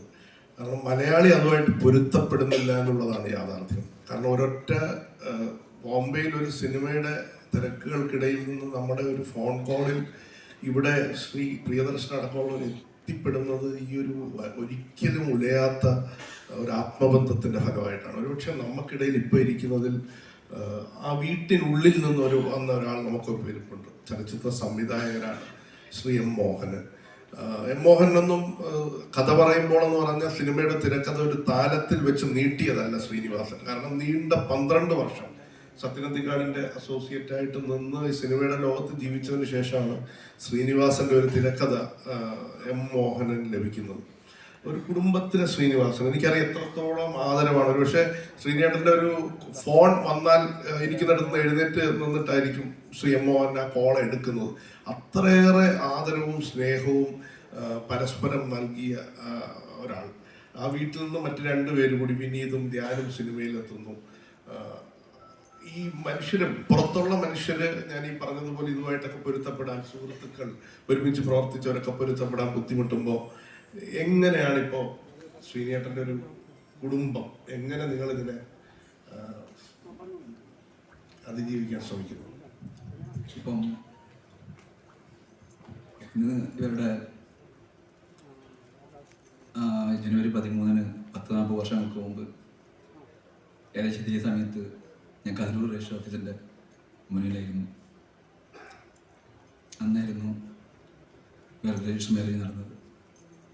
ഏകദേശം ഇതേ സമയമാണ്. അന്ന് മുതൽ ശ്രീകണ്ഠൻ്റെ ചേച്ചിയുടെ നിഴലായിട്ട് ഞാനുണ്ടായിരുന്നു. ഞാൻ പ്രീഡിഗ്രിക്ക് പഠിക്കുമ്പോഴാണ് ഈ വിവാഹം നടക്കുന്നത്. എൻ്റെ സ്വഭാവത്തെയും ഞാനിന്നിപ്പം ഇവിടെ നിൽക്കുന്ന എല്ലാ രീതിയിലും എന്നെ രൂപപ്പെടുത്തി എടുത്തത് ശ്രീകണ്ഠനാണ്. എനിക്കറിയാം, ഞാൻ ഒരു കമ്മ്യൂണിസ്റ്റ് ഗ്രാമത്തിൽ ജനിച്ച് വന്നവനാണ്. എൻ്റെ വിദ്യാർത്ഥി ജീവിതവും തുടങ്ങുന്നത് അവിടെ വെച്ചിട്ടാണ്. ശക്തമായ നിലപാടുകൾ രാഷ്ട്രീയത്തിലുള്ള ഒരു വ്യക്തിയായിരുന്നു ശ്രീനേട്ടൻ. പലതും രാഷ്ട്രീയമായാലും സിനിമയായാലും നിങ്ങൾ തുറന്ന് ചർച്ച ചെയ്യാറുണ്ട്. പ്രീ ഡിഗ്രി കഴിഞ്ഞ് ഡിഗ്രിയിൽ ഞാൻ ബ്രണ്ണൻ കോളേജിൽ ചേർന്നു. അവിടെയും വിദ്യാർത്ഥി പ്രസ്ഥാനമായിട്ടൊക്കെ പഠനത്തേക്കാൾ പഠിക്കുന്നതിനേക്കാൾ കൂടുതൽ ഞാൻ സംഘടനാ പ്രവർത്തനത്തൊക്കെ പിന്നെ നാട്ടിലെ എഴുത്തും നാടകെഴുത്തൊക്കെ ആയിട്ട് ജീവിച്ചിരുന്ന കാലമാണ്. ഡിഗ്രി കഴിഞ്ഞപ്പോഴും ശ്രീനേട്ടൻ, ഞാൻ അദ്ദേഹത്തിൻ്റെ പേരിൽ താമസിച്ചത്. അപ്പോൾ ചേച്ചിയാണ് എന്നോട് ചോദിക്കുന്നത്, ഡിഗ്രി കഴിഞ്ഞിട്ട് നിൻ്റെ പരിപാടി എന്താണെന്ന് ശ്രീനേട്ടൻ ചോദിച്ചു. അപ്പോൾ എനിക്കറിയാം ചേച്ചി സിനിമയിലേക്ക് ഞാൻ പോകുന്നതിനോട് വല്ല താല്പര്യം ഉണ്ടാവില്ല എന്ന് എനിക്കറിയാം. ചേച്ചി ഒരു ടീച്ചറായിരുന്നു. അപ്പോൾ മൂപ്പരുടെ മനസ്സിലുള്ളതിന് PG ഒക്കെ പഠിപ്പിച്ച് അധ്യാപകനാക്കുക എന്നൊക്കെ ആണെന്ന് എനിക്കറിയാം. അതുകൊണ്ട് ഞാൻ ചേച്ചിയോട് പറഞ്ഞു, ഞാൻ ശ്രീനോട് പറഞ്ഞോളാം എന്താണ് എൻ്റെ ഫ്യൂച്ചർ പരിപാടി. അതേപോലെ പിറ്റേത്തച്ച് ശ്രീനേട്ടൻ വന്നപ്പോൾ ആ പൂക്കോട്ടുള്ള വീടിൻ്റെ ടെറസിൽ വെച്ചിട്ട് എന്നോട് ചോദിച്ചു, എന്താണ് അടുത്ത പരിപാടി എന്താണെന്ന് ചോദിച്ചു. ഞാൻ പറഞ്ഞു, സിനിമയിൽ സംവിധാനമൊക്കെ പഠിച്ചാൽ കൊള്ളാമെന്നൊരു മോഹമുണ്ട്. അപ്പോൾ എന്നെ ഒന്ന് നോക്കി. ആ നോട്ടത്തിൻ്റെ അർത്ഥം എനിക്ക് വളരെ വ്യക്തമായിട്ട് മനസ്സിലായി. ഞാനുള്ളത് കൊണ്ടാണ് സിനിമയോട് ഒരു താല്പര്യം തോന്നിയത് എന്നാണ് അതിൻ്റെ അർത്ഥം. ഞാൻ പറഞ്ഞു, ശ്രീനേട്ടനുള്ളത് കൊണ്ടല്ല എനിക്കങ്ങനെ തോന്നിയത്. അപ്പോൾ തീർച്ചയായിട്ടും എക്സ്പ്ലനേഷൻ വേണ്ടി വരുമെന്ന് എനിക്കറിയാം. ശരിക്കും പറഞ്ഞാൽ അങ്ങനെ കുട്ടിക്കാലത്തും ഇതൊന്നും എനിക്ക് സിനിമയോട് അങ്ങനെ അഭിനിവേശം ഉണ്ടായില്ല. സിനിമ നന്നായി കാണാറുള്ള വ്യക്തിയാണ്. ഏറ്റവും കൂടുതൽ ആകർഷിച്ച സിനിമകൾ സത്യേട്ടൻ്റെയും കമൽ സാറിൻ്റെയും അതുപോലെ പ്രിയ സാറിൻ്റെയൊക്കെയാണ്. ഇവരൊരുമിച്ചുള്ള വേദിയിൽ ഇങ്ങനെ ഒരു അവസരത്തിലാണ് ഇരിക്കേണ്ടി വന്നത്. അപ്പോൾ ഞാൻ പറഞ്ഞു, ഞാൻ കോളേജിൽ പഠിക്കുമ്പോൾ സ്ഥിരമായിട്ട് സാഹിത്യ ക്യാമ്പിലും ഫിലിം അപ്രീസിയേഷൻ ക്യാമ്പിലൊക്കെ പങ്കെടുക്കാറുണ്ട്. ആ കാലഘട്ടത്തിൽ എല്ലാ വർഷവും യുവകലാ സാഹിതി NC മമ്മൂട്ടി മാഷ് പ്രസിഡൻ്റായിട്ടുള്ള യുവകലാ സാഹിതി എല്ലാ വർഷവും തിരുവനന്തപുരത്ത് ഫിലിം ക്യാമ്പുകൾ നടത്താറുണ്ട്. അതിൽ KG ജോർജ് സാറിനെ പോലുള്ള കലാപ്രതിഭകളൊക്കെ പങ്കെടുക്കുന്നതാണ്. അങ്ങനെ സിനിമാ ക്യാമ്പിൽ പങ്കെടുത്ത് അതിൽ നിന്നാണ് നമുക്ക് പറയാനുള്ള ഏറ്റവും കൂടുതൽ ജനങ്ങളോട് നമുക്ക് പറയാനുള്ള കാര്യങ്ങൾ ശക്തിയായി പറയാൻ പറ്റുന്നൊരു മീഡിയം സിനിമയാണെന്ന് ഞാൻ അറിയുന്നത്. ഭാഷയൊക്കെ ഞാൻ പറയാറുള്ളൂ. അങ്ങനെയാണ് സിനിമ സംവിധായകൻ ആകുക എന്നുള്ള അപ്പുറത്തേക്ക് ഇതെന്താണ് ഇതിൻ്റെ പുറകിൽ പ്രവർത്തിക്കുന്നതെന്ന് പഠിക്കാനുള്ളൊരു ക്യൂരിയോസിറ്റിയായിരുന്നു എനിക്കുണ്ടായിരുന്നു. ഞാൻ ഷൂട്ടിങ്ങൊക്കെ കാണാൻ പോകാറുണ്ട്. ഞാൻ ഒരുപാട് ദിവസം 10 ദിവസത്തോളം ഷൂട്ടിംഗ് ലൊക്കേഷൻ ഉണ്ടെങ്കിൽ കമൽ സാർ ആദ്യമായി ശ്രീനിവാസൻ്റെ സ്ക്രിപ്റ്റിൽ ചെയ്ത പാവം പാവൻ രാജകുമാർ. അന്ന് വെക്കേഷൻ ആയതുകൊണ്ട് ചേച്ചിയുടെ കൂടെ, അന്ന് വിനീതുണ്ട്, ചേച്ചിയുടെ കൂടെ ഞാനാണ് പോകാറുള്ളത്. അപ്പോൾ 10 ദിവസവും സാറിൻ്റെ ലൊക്കേഷനിൽ എല്ലാ ഫീഡത്തോടും കൂടി ഞാൻ പോയി കണ്ടു. സാറിന് നല്ല ബന്ധമായിരുന്നു. അപ്പോൾ സിനിമ പഠിച്ചാൽ കൊള്ളാമെന്നുള്ള ആഗ്രഹം കൂടിക്കൂടി വന്നു.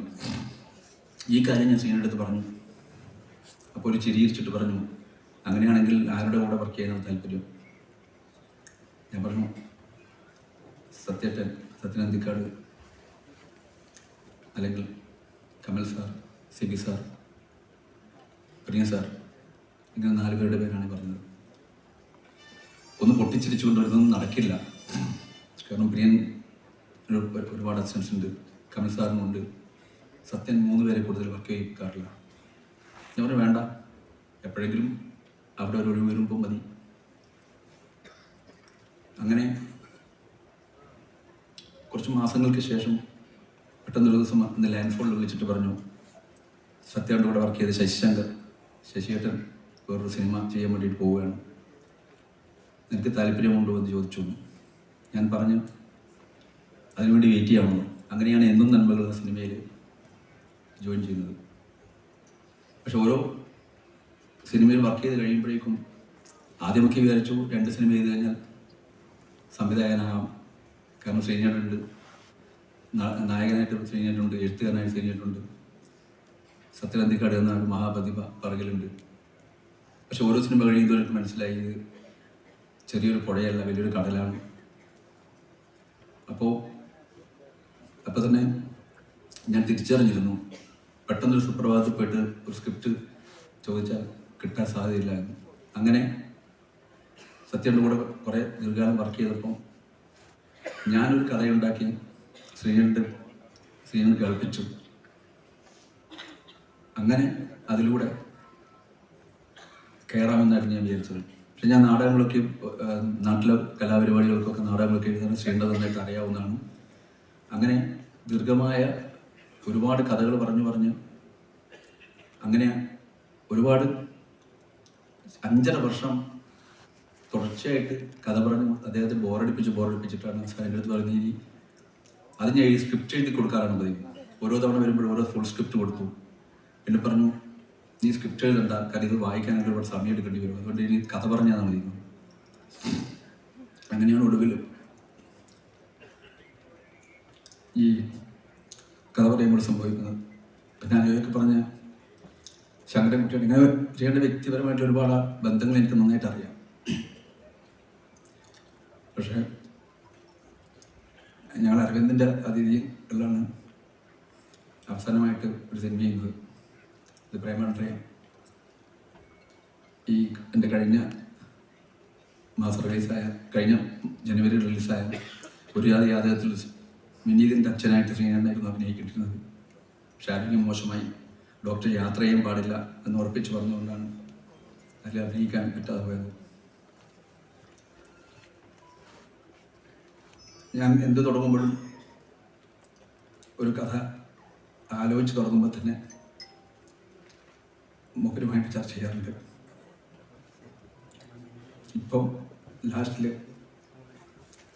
ഡിസംബർ 8 അവിടെ ഫിസിയോതെറാപ്പി അമർജയിൽ കിടക്കുമ്പോൾ രാവിലെ മുതൽ ഉച്ചവരെ ഞാൻ ഇവിടെ ഉണ്ടായിരുന്നു. എല്ലാ ദിവസവും ന്യൂസ് ചാനൽ തുറന്നു വെക്കും, ന്യൂസ് കാണും. അന്ന് പുതിയ എൻ്റെ സിനിമയുടെ വർക്കിനെ കുറിച്ചൊക്കെ വിശദമായിട്ട് ചോദിച്ച് മനസ്സിലാക്കിയിരുന്നു.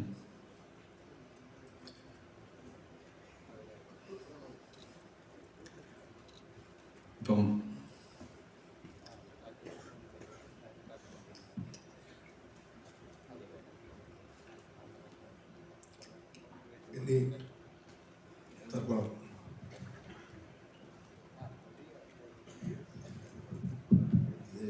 നമ്മൾ ശ്രീനിവാസനെ പറ്റി പറയുമ്പോൾ ഇപ്പം നമുക്കിപ്പോൾ കേട്ടുകൊണ്ടിരുന്നപ്പോൾ എന്താണ് തോന്നിയത്, അദ്ദേഹത്തിൻ്റെ എനിക്ക് അദ്ദേഹത്തിന് ടച്ചിങ് ആയിട്ട് തോന്നിയുള്ളത് ഈ കഥ പറയുമ്പോൾ എന്ന് പറഞ്ഞ സിനിമയിൽ ഏറ്റവും രസകരമായ നമ്മുടെ മമ്മൂട്ടി അവസാനം ശ്രീനിവാസൻ്റെ വീട്ടിൽ വരും, ബാലൻ്റെ വീട്ടിൽ വരും. ഇത് ഞാനൊരു സൂപ്പർ സ്റ്റാർ ഒന്നുമല്ല, എന്നാലും ഈ മന്ത്രി കൂടി MLA മന്ത്രിയും കൂടിയൊക്കെ ആകുമ്പോഴത്തേക്ക് ഒരു സെലിബ്രിറ്റി ഉണ്ട്, ഒരു സെലിബ്രിറ്റി സ്റ്റാറ്റസ് ഉണ്ട്. ഇതിൽ പല സ്ഥലത്ത് ചെല്ലുമ്പോൾ കൂടെ പഠിച്ച ആളുകൾ അവരുടെ വീട്ടിൽ ചെല്ലുമ്പോൾ അല്ലെങ്കിൽ അവർ എല്ലാവരും അപ്പം അടുത്ത വീട്ടുകാരൊക്കെ കൂടുമ്പോൾ അവിടെ ഒരു നമ്മളെ ഹൃദയസ്പർശികരനാണ് ഈ ബാലൻ്റെ ഭാര്യ അടുത്ത വീട്ടിലെ താത്ത ഞങ്ങളുടെ അശോകേട്ടനെ കണ്ടോ എന്ന് ചോദിക്കുന്ന ചോദ്യമുണ്ട്. ഇത് പലപ്പോഴും എനിക്ക് അനുഭവിക്കേണ്ടി വന്നിട്ടുണ്ട്. കാരണം നമ്മൾ പല സ്ഥലത്ത് ചെല്ലുമ്പോൾ നമ്മുടെ കൂടെ പഠിച്ചവരുടെയും നമ്മുടെ പഴയ സുഹൃത്തുക്കളുടെയൊക്കെ ഭാര്യമാർ അവരൊക്കെ നമ്മളെ ആദ്യമായിട്ടായും കാണുന്നത്. അപ്പം നമ്മൾ വീട്ടിൽ ചെല്ലുമ്പോൾ സന്തോഷം കൊണ്ട് എക്സൈറ്റ്മെന്റ് കൊണ്ട് ചോദിക്കും ഞങ്ങളുടെ ഗണേശേട്ടനെ കണ്ടോ എന്ന് ചോദിക്കുന്ന ഒരു സ്നേഹമുണ്ട്. ഇതൊക്കെ ശ്രീനിവാസന് മാത്രമേ മനസ്സിലാക്കൂ. പക്ഷേ ഒരു രസം കൂടി പറയാം, നമ്മൾ ഇത്രയും പറഞ്ഞു വന്നപ്പോൾ എന്ത് മനസ്സിലായി, ശ്രീനിവാസൻ ഒരു ജീനിയസ് ആണ്, ഭയങ്കര ബുദ്ധിമാനാണ്, ബുദ്ധി രാക്ഷസനാണ്. പക്ഷേ അദ്ദേഹം അവസാന കാലഘട്ടങ്ങളിൽ അദ്ദേഹം ഈ കൃഷിയെ സ്നേഹിച്ചു. അപ്പം മമ്മൂട്ടിയായിട്ട് പുള്ളി തെറ്റലായിരുന്നു, വേറെ ഒന്നും കൊണ്ടല്ല. മമ്മൂട്ടിയുടെ വയലിൽ ഉൽപ്പാദിപ്പിക്കുന്നതാണ് ഏറ്റവും വലിയ ജൈവ നെല്ല് എന്ന് മമ്മൂട്ടി. അതല്ല, അതിനേക്കാൾ മികച്ച നെല്ലാണ് എൻ്റെ വയലിൽ ഉണ്ടാകുന്നത് എന്ന ആ അരിയാണ് ഏറ്റവും നല്ലത് എന്ന് ഇവർ തമ്മിൽ ഒരു ചെറിയ പ്രശ്നത്തിന് ഓർത്ത് അവസാനം അത്ര സുഖത്തിലായിരുന്നില്ല. കാരണം ഈ അരിയാണ് കുഴപ്പമുണ്ടാക്കിയത്. ജൈവ കൃഷി ഇവർ തമ്മിൽ മത്സരിച്ചു. മമ്മൂട്ടി പറഞ്ഞു അദ്ദേഹത്തിന്റെ വയലിലാണ് ഏറ്റവും മികച്ച ജൈവ നെല്ല് വിളഞ്ഞുകൊണ്ടിരിക്കുന്നത്, അതല്ല എൻ്റെതാണെന്ന് സീനിയേട്ടൻ. അങ്ങനെ ഇവർ തമ്മിൽ തെറ്റി. അപ്പൊ ഈ സീനിയേട്ടൻ നമ്മുടെ കാര്യം ഭയങ്കര ജീനിയസ് എന്നൊക്കെ നിങ്ങൾ ഇത്രയും കേട്ടല്ലോ. വളരെ സാധാരണക്കാരനായ ഒരു മലയാളിയാണ് ഒരു വശത്ത്. അങ്ങനെ മോഹൻ ഡയറക്ടറൊക്കെ ആവുന്നതിന് മുമ്പ് മോഹനെ എങ്ങനെയെങ്കിലും ഒന്ന്, അളിയനും കൂടിയാണല്ലോ, ഒന്ന് രക്ഷിച്ചു വിടണം എന്ന് പറഞ്ഞ് മദ്രാസിൽ വെച്ച് അടൂർ പങ്കജൻ ചേച്ചിയുടെ മകൻ അജയൻ ഒരു കണ്ടുപിടുത്തമായിട്ട് വരുന്നു. ബ്രൂണൈ രാജാവിന്റെ പ്രൈവറ്റ് സെക്രട്ടറി മാവേലിക്കരക്കാരൻ്റെ ഒരു നായരാണ് എന്ന് കണ്ടുപിടിക്കുകയാണ്. അങ്ങനെ ബ്രൂണൈ രാജാവിന്റെ പ്രൈവറ്റ് സെക്രട്ടറി വിചാരിച്ചാൽ മോഹനെ അങ്ങ് ബ്രൂണയിൽ കൊണ്ടുപോയി അവിടുത്തെ പ്രധാനമന്ത്രിയുടെ സ്റ്റാഫിൽ, പ്രസിഡന്റിന്റെ സ്റ്റാഫിൽ, രാജാവിന്റെ സ്റ്റാഫിൽ കയറ്റാം. അപ്പൊ ശ്രീയേട്ടൻ നോക്കിയാൽ മോഹന്റെ ജീവിതം അങ്ങ് രക്ഷപ്പെടും, മോഹന്റെ പതുക്കെ ഞാൻ കയറ്റി വിടാം. അങ്ങനെ 5 ലക്ഷം രൂപ ബ്രൂണൈ രാജാവിന്റെ പ്രൈവറ്റ് സെക്രട്ടറിയായ നായർക്ക് കൊടുക്കാൻ വേണ്ടി ഈ അജയനെ ഏൽപ്പിച്ചു. അങ്ങനെ പൈസ കളഞ്ഞ ഒരു ഇതെല്ലാം വരവേൽപ്പ് എഴുതിയ, സന്ദേശം എഴുതിയ, ഇതെല്ലാം എഴുതിയ ശ്രീനിവാസന്റെ നാൾ വളരെ വലിയ ജീനിയസ് ആണ്. നമ്മൾ പറയുമ്പോഴും ഇങ്ങനെ ഒരു മലയാളി അദ്ദേഹത്തിന്റെ ഉള്ളിൽ, ഈ വിസയ്ക്ക് 5 ലക്ഷം രൂപ കൊടുത്ത മലയാളി അദ്ദേഹത്തിന്റെ ഉള്ളിൽ കിടപ്പുണ്ട്. അദ്ദേഹം തന്നെയാണ് എന്നോട് പറഞ്ഞത് ഇങ്ങനെ മണ്ടത്തരം പറ്റിയടാ എന്ന് എന്നോട് പറഞ്ഞത്. അപ്പൊ അങ്ങനെ ഒരു ശ്രീനിവാസൻ ഉണ്ട് എന്നുകൂടി നമ്മൾ മനസ്സിലാക്കണം. കാരണം അത് രസത്തിന് പറഞ്ഞതാണ്. കാരണം ഇതൊക്കെ എത്ര വലിയ ബുദ്ധിമാനാണ് ജീനിയസ് എന്ന് പറഞ്ഞാലും അതിന്റെ സൈഡിൽ നമ്മളെ പറ്റിക്കാൻ പറ്റുന്ന ഒരു സമൂഹത്തിലാണ് നമ്മൾ ജീവിക്കുന്നത്. അദ്ദേഹത്തിന് ഇത് മാത്രമല്ല, ഒരു അറ്റംപ്റ്റ് കൂടെ, അതായത് ഈ പലരും മമ്മൂട്ടി മോഹൻലാലും ഒക്കെ ചില ബിസിനസ്സൊക്കെ ചെയ്യുന്നു എന്ന് പറഞ്ഞിട്ട് ശ്രീനിവാസനോട് ഞാനൊരു ചെറിയ സംഭവം ചെയ്തത്. എന്താണ്? ചെമ്മീൻ കെട്ട്. അങ്ങനെ പുള്ളി ചില ബാങ്ക് ലോണുകളൊക്കെ സംഘടിച്ച് ചെമ്മീൻ കെട്ടുകൊണ്ട് സ്ഥലം എന്നെ കൊണ്ടൊന്ന് കാണിക്കുകയും ചെയ്തു. ഭയങ്കര ചെമ്മീൻ കെട്ടാണ് അത്. ഇങ്ങനെ ചെമ്മീൻ ഇങ്ങനെ കൂടി മലർപ്പൊടിക്ക് തയ്യില്ലേ, അതുപോലെ ഇങ്ങനെ കൂടും. അങ്ങനെ അതെല്ലാം കുറച്ചു നാൾ കഴിഞ്ഞപ്പോൾ അതിനെക്കുറിച്ച് നമ്മൾ സംസാരിച്ച സബ്ജക്റ്റ് മാറ്റിക്കളയും. അങ്ങനെ ചെമ്മീനും ഇല്ല, ഒന്നുമില്ലാതായി കഴിഞ്ഞപ്പോൾ ഞാൻ ചോദിച്ചു, ഇത് വല്ല ആവശ്യമുണ്ടായിരുന്നു? വേറൊന്നുമല്ലോ, നമുക്കറിയാലോ ചെമ്മീനാണ്, ചെമ്മീനെ അറിയില്ലല്ലോ ഞാൻ ശ്രീനിവാസനാണ്. അതാണ്. അതുപോലുള്ള ഭയങ്കര രസകരമായ സത്യം പറഞ്ഞാൽ സംസാരിക്കണമെങ്കിൽ ഒരുപാട് അധ്യായങ്ങൾ അദ്ദേഹത്തിനെ കുറിച്ച് നമുക്ക് സംസാരിക്കാനുണ്ട്. ബട്ട് ഇപ്പം എന്നെയൊക്കെ പോലുള്ള ആളുകളുടെ സങ്കടം വെച്ചാൽ ഞാൻ വിശ്വസിക്കുന്നത് മമ്മൂട്ടിയാണ് എന്നെ ശ്രീനിവാസനെ പരിചയപ്പെടുത്തുന്നത്. ആ പരിചയപ്പെടും ഞാൻ ഒരു സിനിമയിൽ ശ്രീനിയെ കണ്ടു, രാഗം താനം പല്ലവി, ഞാൻ വിൽക്കാറുണ്ട് സ്വപ്നങ്ങൾ. 2 സിനിമയിലെ കണ്ടു. പക്ഷെ രാഗം താനം പല്ലവിയിൽ എനിക്ക് ഞാനൊരു സ്പാർക്കുണ്ട്. ശ്രീവിദ്യയുടെ ഭർത്താവായിട്ടാണ്. അടൂർ ബാസിയെ ശ്രീവിദ്യയെ കൊണ്ട് വീട്ടിൽ വിടുകയാണ്, ശ്രീധരൻ കൊടുത്തിട്ടില്ല എന്ന് പറഞ്ഞിട്ട്. അപ്പോൾ അടൂർ ബാസി പറയും, തീരെ അങ്ങനെ നിനക്ക് എന്തെങ്കിലും കിട്ടിയില്ലെങ്കിൽ ഞാൻ ഇവിടെ കൊണ്ട് ഇവിടുന്ന് പോവില്ല എന്ന് പറയുമ്പോൾ അടൂർവാസി ഒരു 8 അണ എടുത്ത് കൈ കൊടുക്കും. അപ്പോ ശ്രീനി അത് വലിച്ച് ഒറ്റയേറാണ്. എന്നിട്ട് ഇനി മകളെ എവിടെ നിർത്തിക്കോ എന്ന് പറഞ്ഞ് പോയിട്ട് മുറ്റത്തിറങ്ങിയിട്ട് ഒരു തപ്പുണ്ട് ആ 8 അണയ്ക്ക് വേണ്ടിയിട്ട്. അന്നാണ് ഇയാള് ആദ്യം ഞാൻ എന്ത് രസമായിട്ട് പൊട്ടി ചിരിച്ചു പോയാൽ. പിന്നീട് ഞാൻ കാണുന്നത് അങ്ങോട്ട് പരിചയപ്പെടുക. ഇന്ന് ഞാൻ പറയുന്നു, ആ നിമിഷം ശ്രീനിയെ കണ്ടുമുട്ടിയ ആ നിമിഷം എൻ്റെ ജീവിതത്തിൽ വളരെ വലുതാണ്. കാരണം എൻ്റെ സിനിമാ ജീവിതത്തിൻ്റെ പകുതിയിൽ കൂടുതൽ പാഠങ്ങൾ എന്നെ പഠിപ്പിക്കുകയും എനിക്ക് എൻ്റെ സിനിമയ്ക്ക് വേറൊരു മുഖം ഉണ്ടാക്കി തന്നത് ശ്രീനിയാണ്. കാര്യം വെറും തമാശ പടങ്ങൾ എടുത്തുകൊണ്ടിരുന്ന ഞാനാണ്. എന്നോട് ഒരു ദിവസം പറഞ്ഞു, ഒരു ഒറ്റ വാക്കാണ് പറഞ്ഞത്, അതായത് സിനിമ നമ്മൾ തമാശ പറയുന്നതിന് ഇടയിൽ കൂടെ എന്തെങ്കിലും ഒരു സമൂഹത്തിൻ്റെ മുഖച്ഛായ കാണിക്കുന്ന എന്തെങ്കിലും കൂടെ നമുക്ക് അതിൻ്റെ കൂടെ ചേർക്കാൻ പറ്റിയ പ്രിയ നമ്മുടെ സിനിമ തമാശ സിനിമകളും ഓർക്കപ്പെടും. അതെ, അങ്ങനെയാണ് മിഥുനവും വെള്ളാനകളുടെ നാടുമൊക്കെ ഉണ്ടായത്. ഈ കമൽ പറഞ്ഞ പോലെ വെള്ളാനകളുടെ നാട് എന്ന് പറയുന്ന പടം തുടങ്ങുന്ന സമയത്ത് ഈ ലൈറ്റ്നിങ് കോളിൽ കൂടെയാണ് രാവിലെ സ്ക്രിപ്റ്റ് അയക്കുന്നത്. കാരണം അവിടെ താറാവെന്ന സിനിമയിൽ അഭിനയിച്ചുകൊണ്ടിരിക്കുകയാണ്. പക്ഷേ ഈ പറഞ്ഞ ക്ലാരിറ്റി എല്ലാ ദിവസവും അന്ന് STD ഒന്നുമില്ല. ലൈറ്റ്നിങ് കോൾ ബുക്ക് ചെയ്തിട്ട് അത് എഴുതിയെടുക്കുമ്പോൾ ഒരു സിനിമയിൽ അഭിനയിക്കുകയോ അടുത്ത സിനിമയെ കുറിച്ചുള്ള വ്യക്തത മനസ്സിലുണ്ടാവുക എന്ന് പറയുന്നത് ഒരു വള്ളി ജീനിയസ് ക്യാൻ ഡു ഇറ്റ്. വലിയൊരു അത്ഭുതം എന്ന് പറയുന്നത് എഴുതുന്ന തിരക്കഥ. ഇപ്പൊ ദാമോദരൻ മാഷ് ശക്തമായ തിരക്കഥ എഴുതുമായിരുന്നു. ഷൈനി ശശി ദാമോദരൻ മാഷ പടം ഡയറക്റ്റ് ചെയ്യുമ്പോൾ അഭിനയിച്ചിട്ടുണ്ട്. അപ്പോഴെന്ന് വെച്ചാൽ ശശിയേട്ടൻ ഇങ്ങോട്ട് വന്നിട്ട് രാവിലെ മാസ്റ്ററുടെ സ്ക്രിപ്റ്റ് ഒരു 10-25 പേജ് കാണും. ഒരു പേജ് ഇതിങ്ങോട്ട് എടുത്തു വെച്ചിട്ട് എന്താണ് അതിന്റെ കണക്കെന്ന് മനസ്സിലായില്ല. ശശിയേട്ടൻ ഇതങ്ങോട്ട് എടുത്തു വെച്ചിട്ട് പേന ഇങ്ങോട്ട് വായിക്കും, ഒന്ന് ഓടിച്ച് വായിച്ചു നോക്കുന്നുണ്ട്. പേന അങ്ങോട്ട് എടുത്തു വെച്ചിട്ട് പേന എന്ന് പറയും, പേന പോകല്ലോ, പേന വാങ്ങിച്ച് അസിസ്റ്റന്റ് ഡയറക്ടർ പേന വാങ്ങിച്ചിട്ട് ഒരു 10-12 പേജ് വെട്ടിയങ്ങളെ എന്നിട്ട് അങ്ങ് ഷൂട്ട് ചെയ്യുക. അത് എന്തുമാണ് എന്റെ കണക്ക്. പക്ഷെ ശരിയായിട്ടുണ്ട് അങ്ങനെയല്ല, വെട്ടാനൊന്നുമില്ല. കറക്റ്റ് ഈ പറഞ്ഞ ലൈറ്റ്നിങ് കോളിൽ പറഞ്ഞു തരാനുള്ളതേ ഉള്ളൂ. ആ സീനിൽ വ്യത്യാസം ആര്യൻ സിനിമയിൽ അല്ല അദ്വൈതം എന്ന് പറഞ്ഞ സിനിമയിൽ മാഷാണ് എഴുതുന്നത്. ശ്രീനി അഭിനയിക്കേണ്ട സിനിമയിൽ. അപ്പോൾ ഒരു ദളിതനായ നമ്പൂതിരിയുടെ സുഹൃത്ത് പിന്നീട് വലിയ തിരിച്ചയാൾ വരുമ്പോൾ വലിയ രാഷ്ട്രീയ നേതാവായിരിക്കുകയാണ്. അപ്പോൾ മാഷിനെ എഴുതിയിട്ട് പറഞ്ഞു, മോഹൻലാൽ ചോദിക്കുന്നുണ്ട്, നമ്പൂതിരി ചോദിക്കുന്നുണ്ട്, ഇഷ്ടം പോലെ ഉണ്ടാക്കിയില്ലേ മാന്തി ഇനിയും ഇതൊന്നും നിർത്തിക്കൂടെ, നിന്റെ പഴയ ഫിലോസഫിയും കാര്യങ്ങളും ഇനിയെങ്കിലും ആക്കിക്കൂടെ. ഇത് മാഷ് പറഞ്ഞു, ഇനി എന്താണ് ശ്രീനി പറയേണ്ടത് കിട്ടുന്നില്ല. ശ്രീനി ഒരു വാക്ക് പറഞ്ഞാൽ മതി, എന്തിനാണ് ഈ കാശുണ്ടാക്കുന്നത്. അപ്പോൾ ശ്രീനി പറഞ്ഞ ഒറ്റ ലൈനിൽ തീർത്തു. മാഷ് ഈ പറഞ്ഞ ഒരുപാട് വാക്കുകൾ ശ്രീനി ഒറ്റ ലൈനിലാണ് ശ്രീനി അതിന് ഉത്തരം അപ്പം തന്നെ എഴുതിയത്. ഡെമോക്രസി എന്ന് പറയുന്നത് വളരെ ചെലവുള്ള ഒരു ഏർപ്പാടാണല്ലോ, കാശ് വേണം. ഇതുപോലെ അനുഭവങ്ങൾ കുറെ ഉണ്ട്. ഇപ്പൊ ഞാൻ എൻ്റെ ഒരു അനുഭവം, ആയുഷ്കാലം എന്ന് പറഞ്ഞ സിനിമയിൽ ശ്രീനി അഭിനയിക്കാൻ വന്നപ്പോൾ വേറെ ആളാണ് തിരക്കഥ. അപ്പോൾ ശ്രീനി കുറെ ഡയലോഗുകളൊക്കെ മാറ്റിയിട്ടുണ്ട്. അതേപോലെ അതിൻ്റെ അകത്തൊരു കവിത ചൊല്ലുന്ന ഒരു സീനുണ്ട്, ഭാര്യയ്ക്ക് കവിത ചൊല്ലും. അപ്പോൾ ഈ തിരക്കഥാർത്ഥങ്ങൾ എഴുതി വെച്ചിട്ടുണ്ട്, കവിതയ്ക്ക് യാതൊരു ഇതുമില്ല സാധാരണ. അപ്പോൾ ശ്രീനി പേരൻ ക്ലാസ് എടുത്തിട്ട് കുരുതിക്കുണ്ടെങ്കിൽ പറഞ്ഞുകൊണ്ട് അത് പടം കണ്ടുള്ളവർക്ക് അറിയാൻ പറ്റും. ആ കവിത എഴുതി, എന്ത് രസമുള്ള കവിത എടുത്തറിയാം.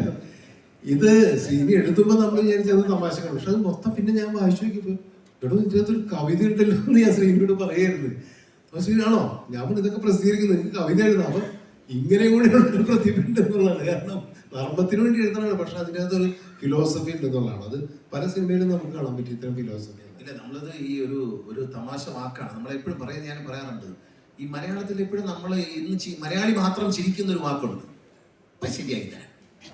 ഇപ്പൊ ശരിയാക്കി തരാം എന്ന് പറഞ്ഞ വാക്കിനി പ്രധാനമന്ത്രി പറഞ്ഞാലും നമ്മൾ ചിരിച്ചു. ആ ഒരു വാക്കിനെ ഇപ്പൊ ശരിയാക്കി തരാം എന്നുള്ളതിനകത്ത് എന്തെങ്കിലും ഒരു തമാശ കൊണ്ടുവരാത്ത, പക്ഷെ അത് ഓർത്താൽ മലയാളി ചിരിക്കാത്തൊരു മലയാളിയിൽ ഇപ്പൊ ശരിയാക്കി തരാം.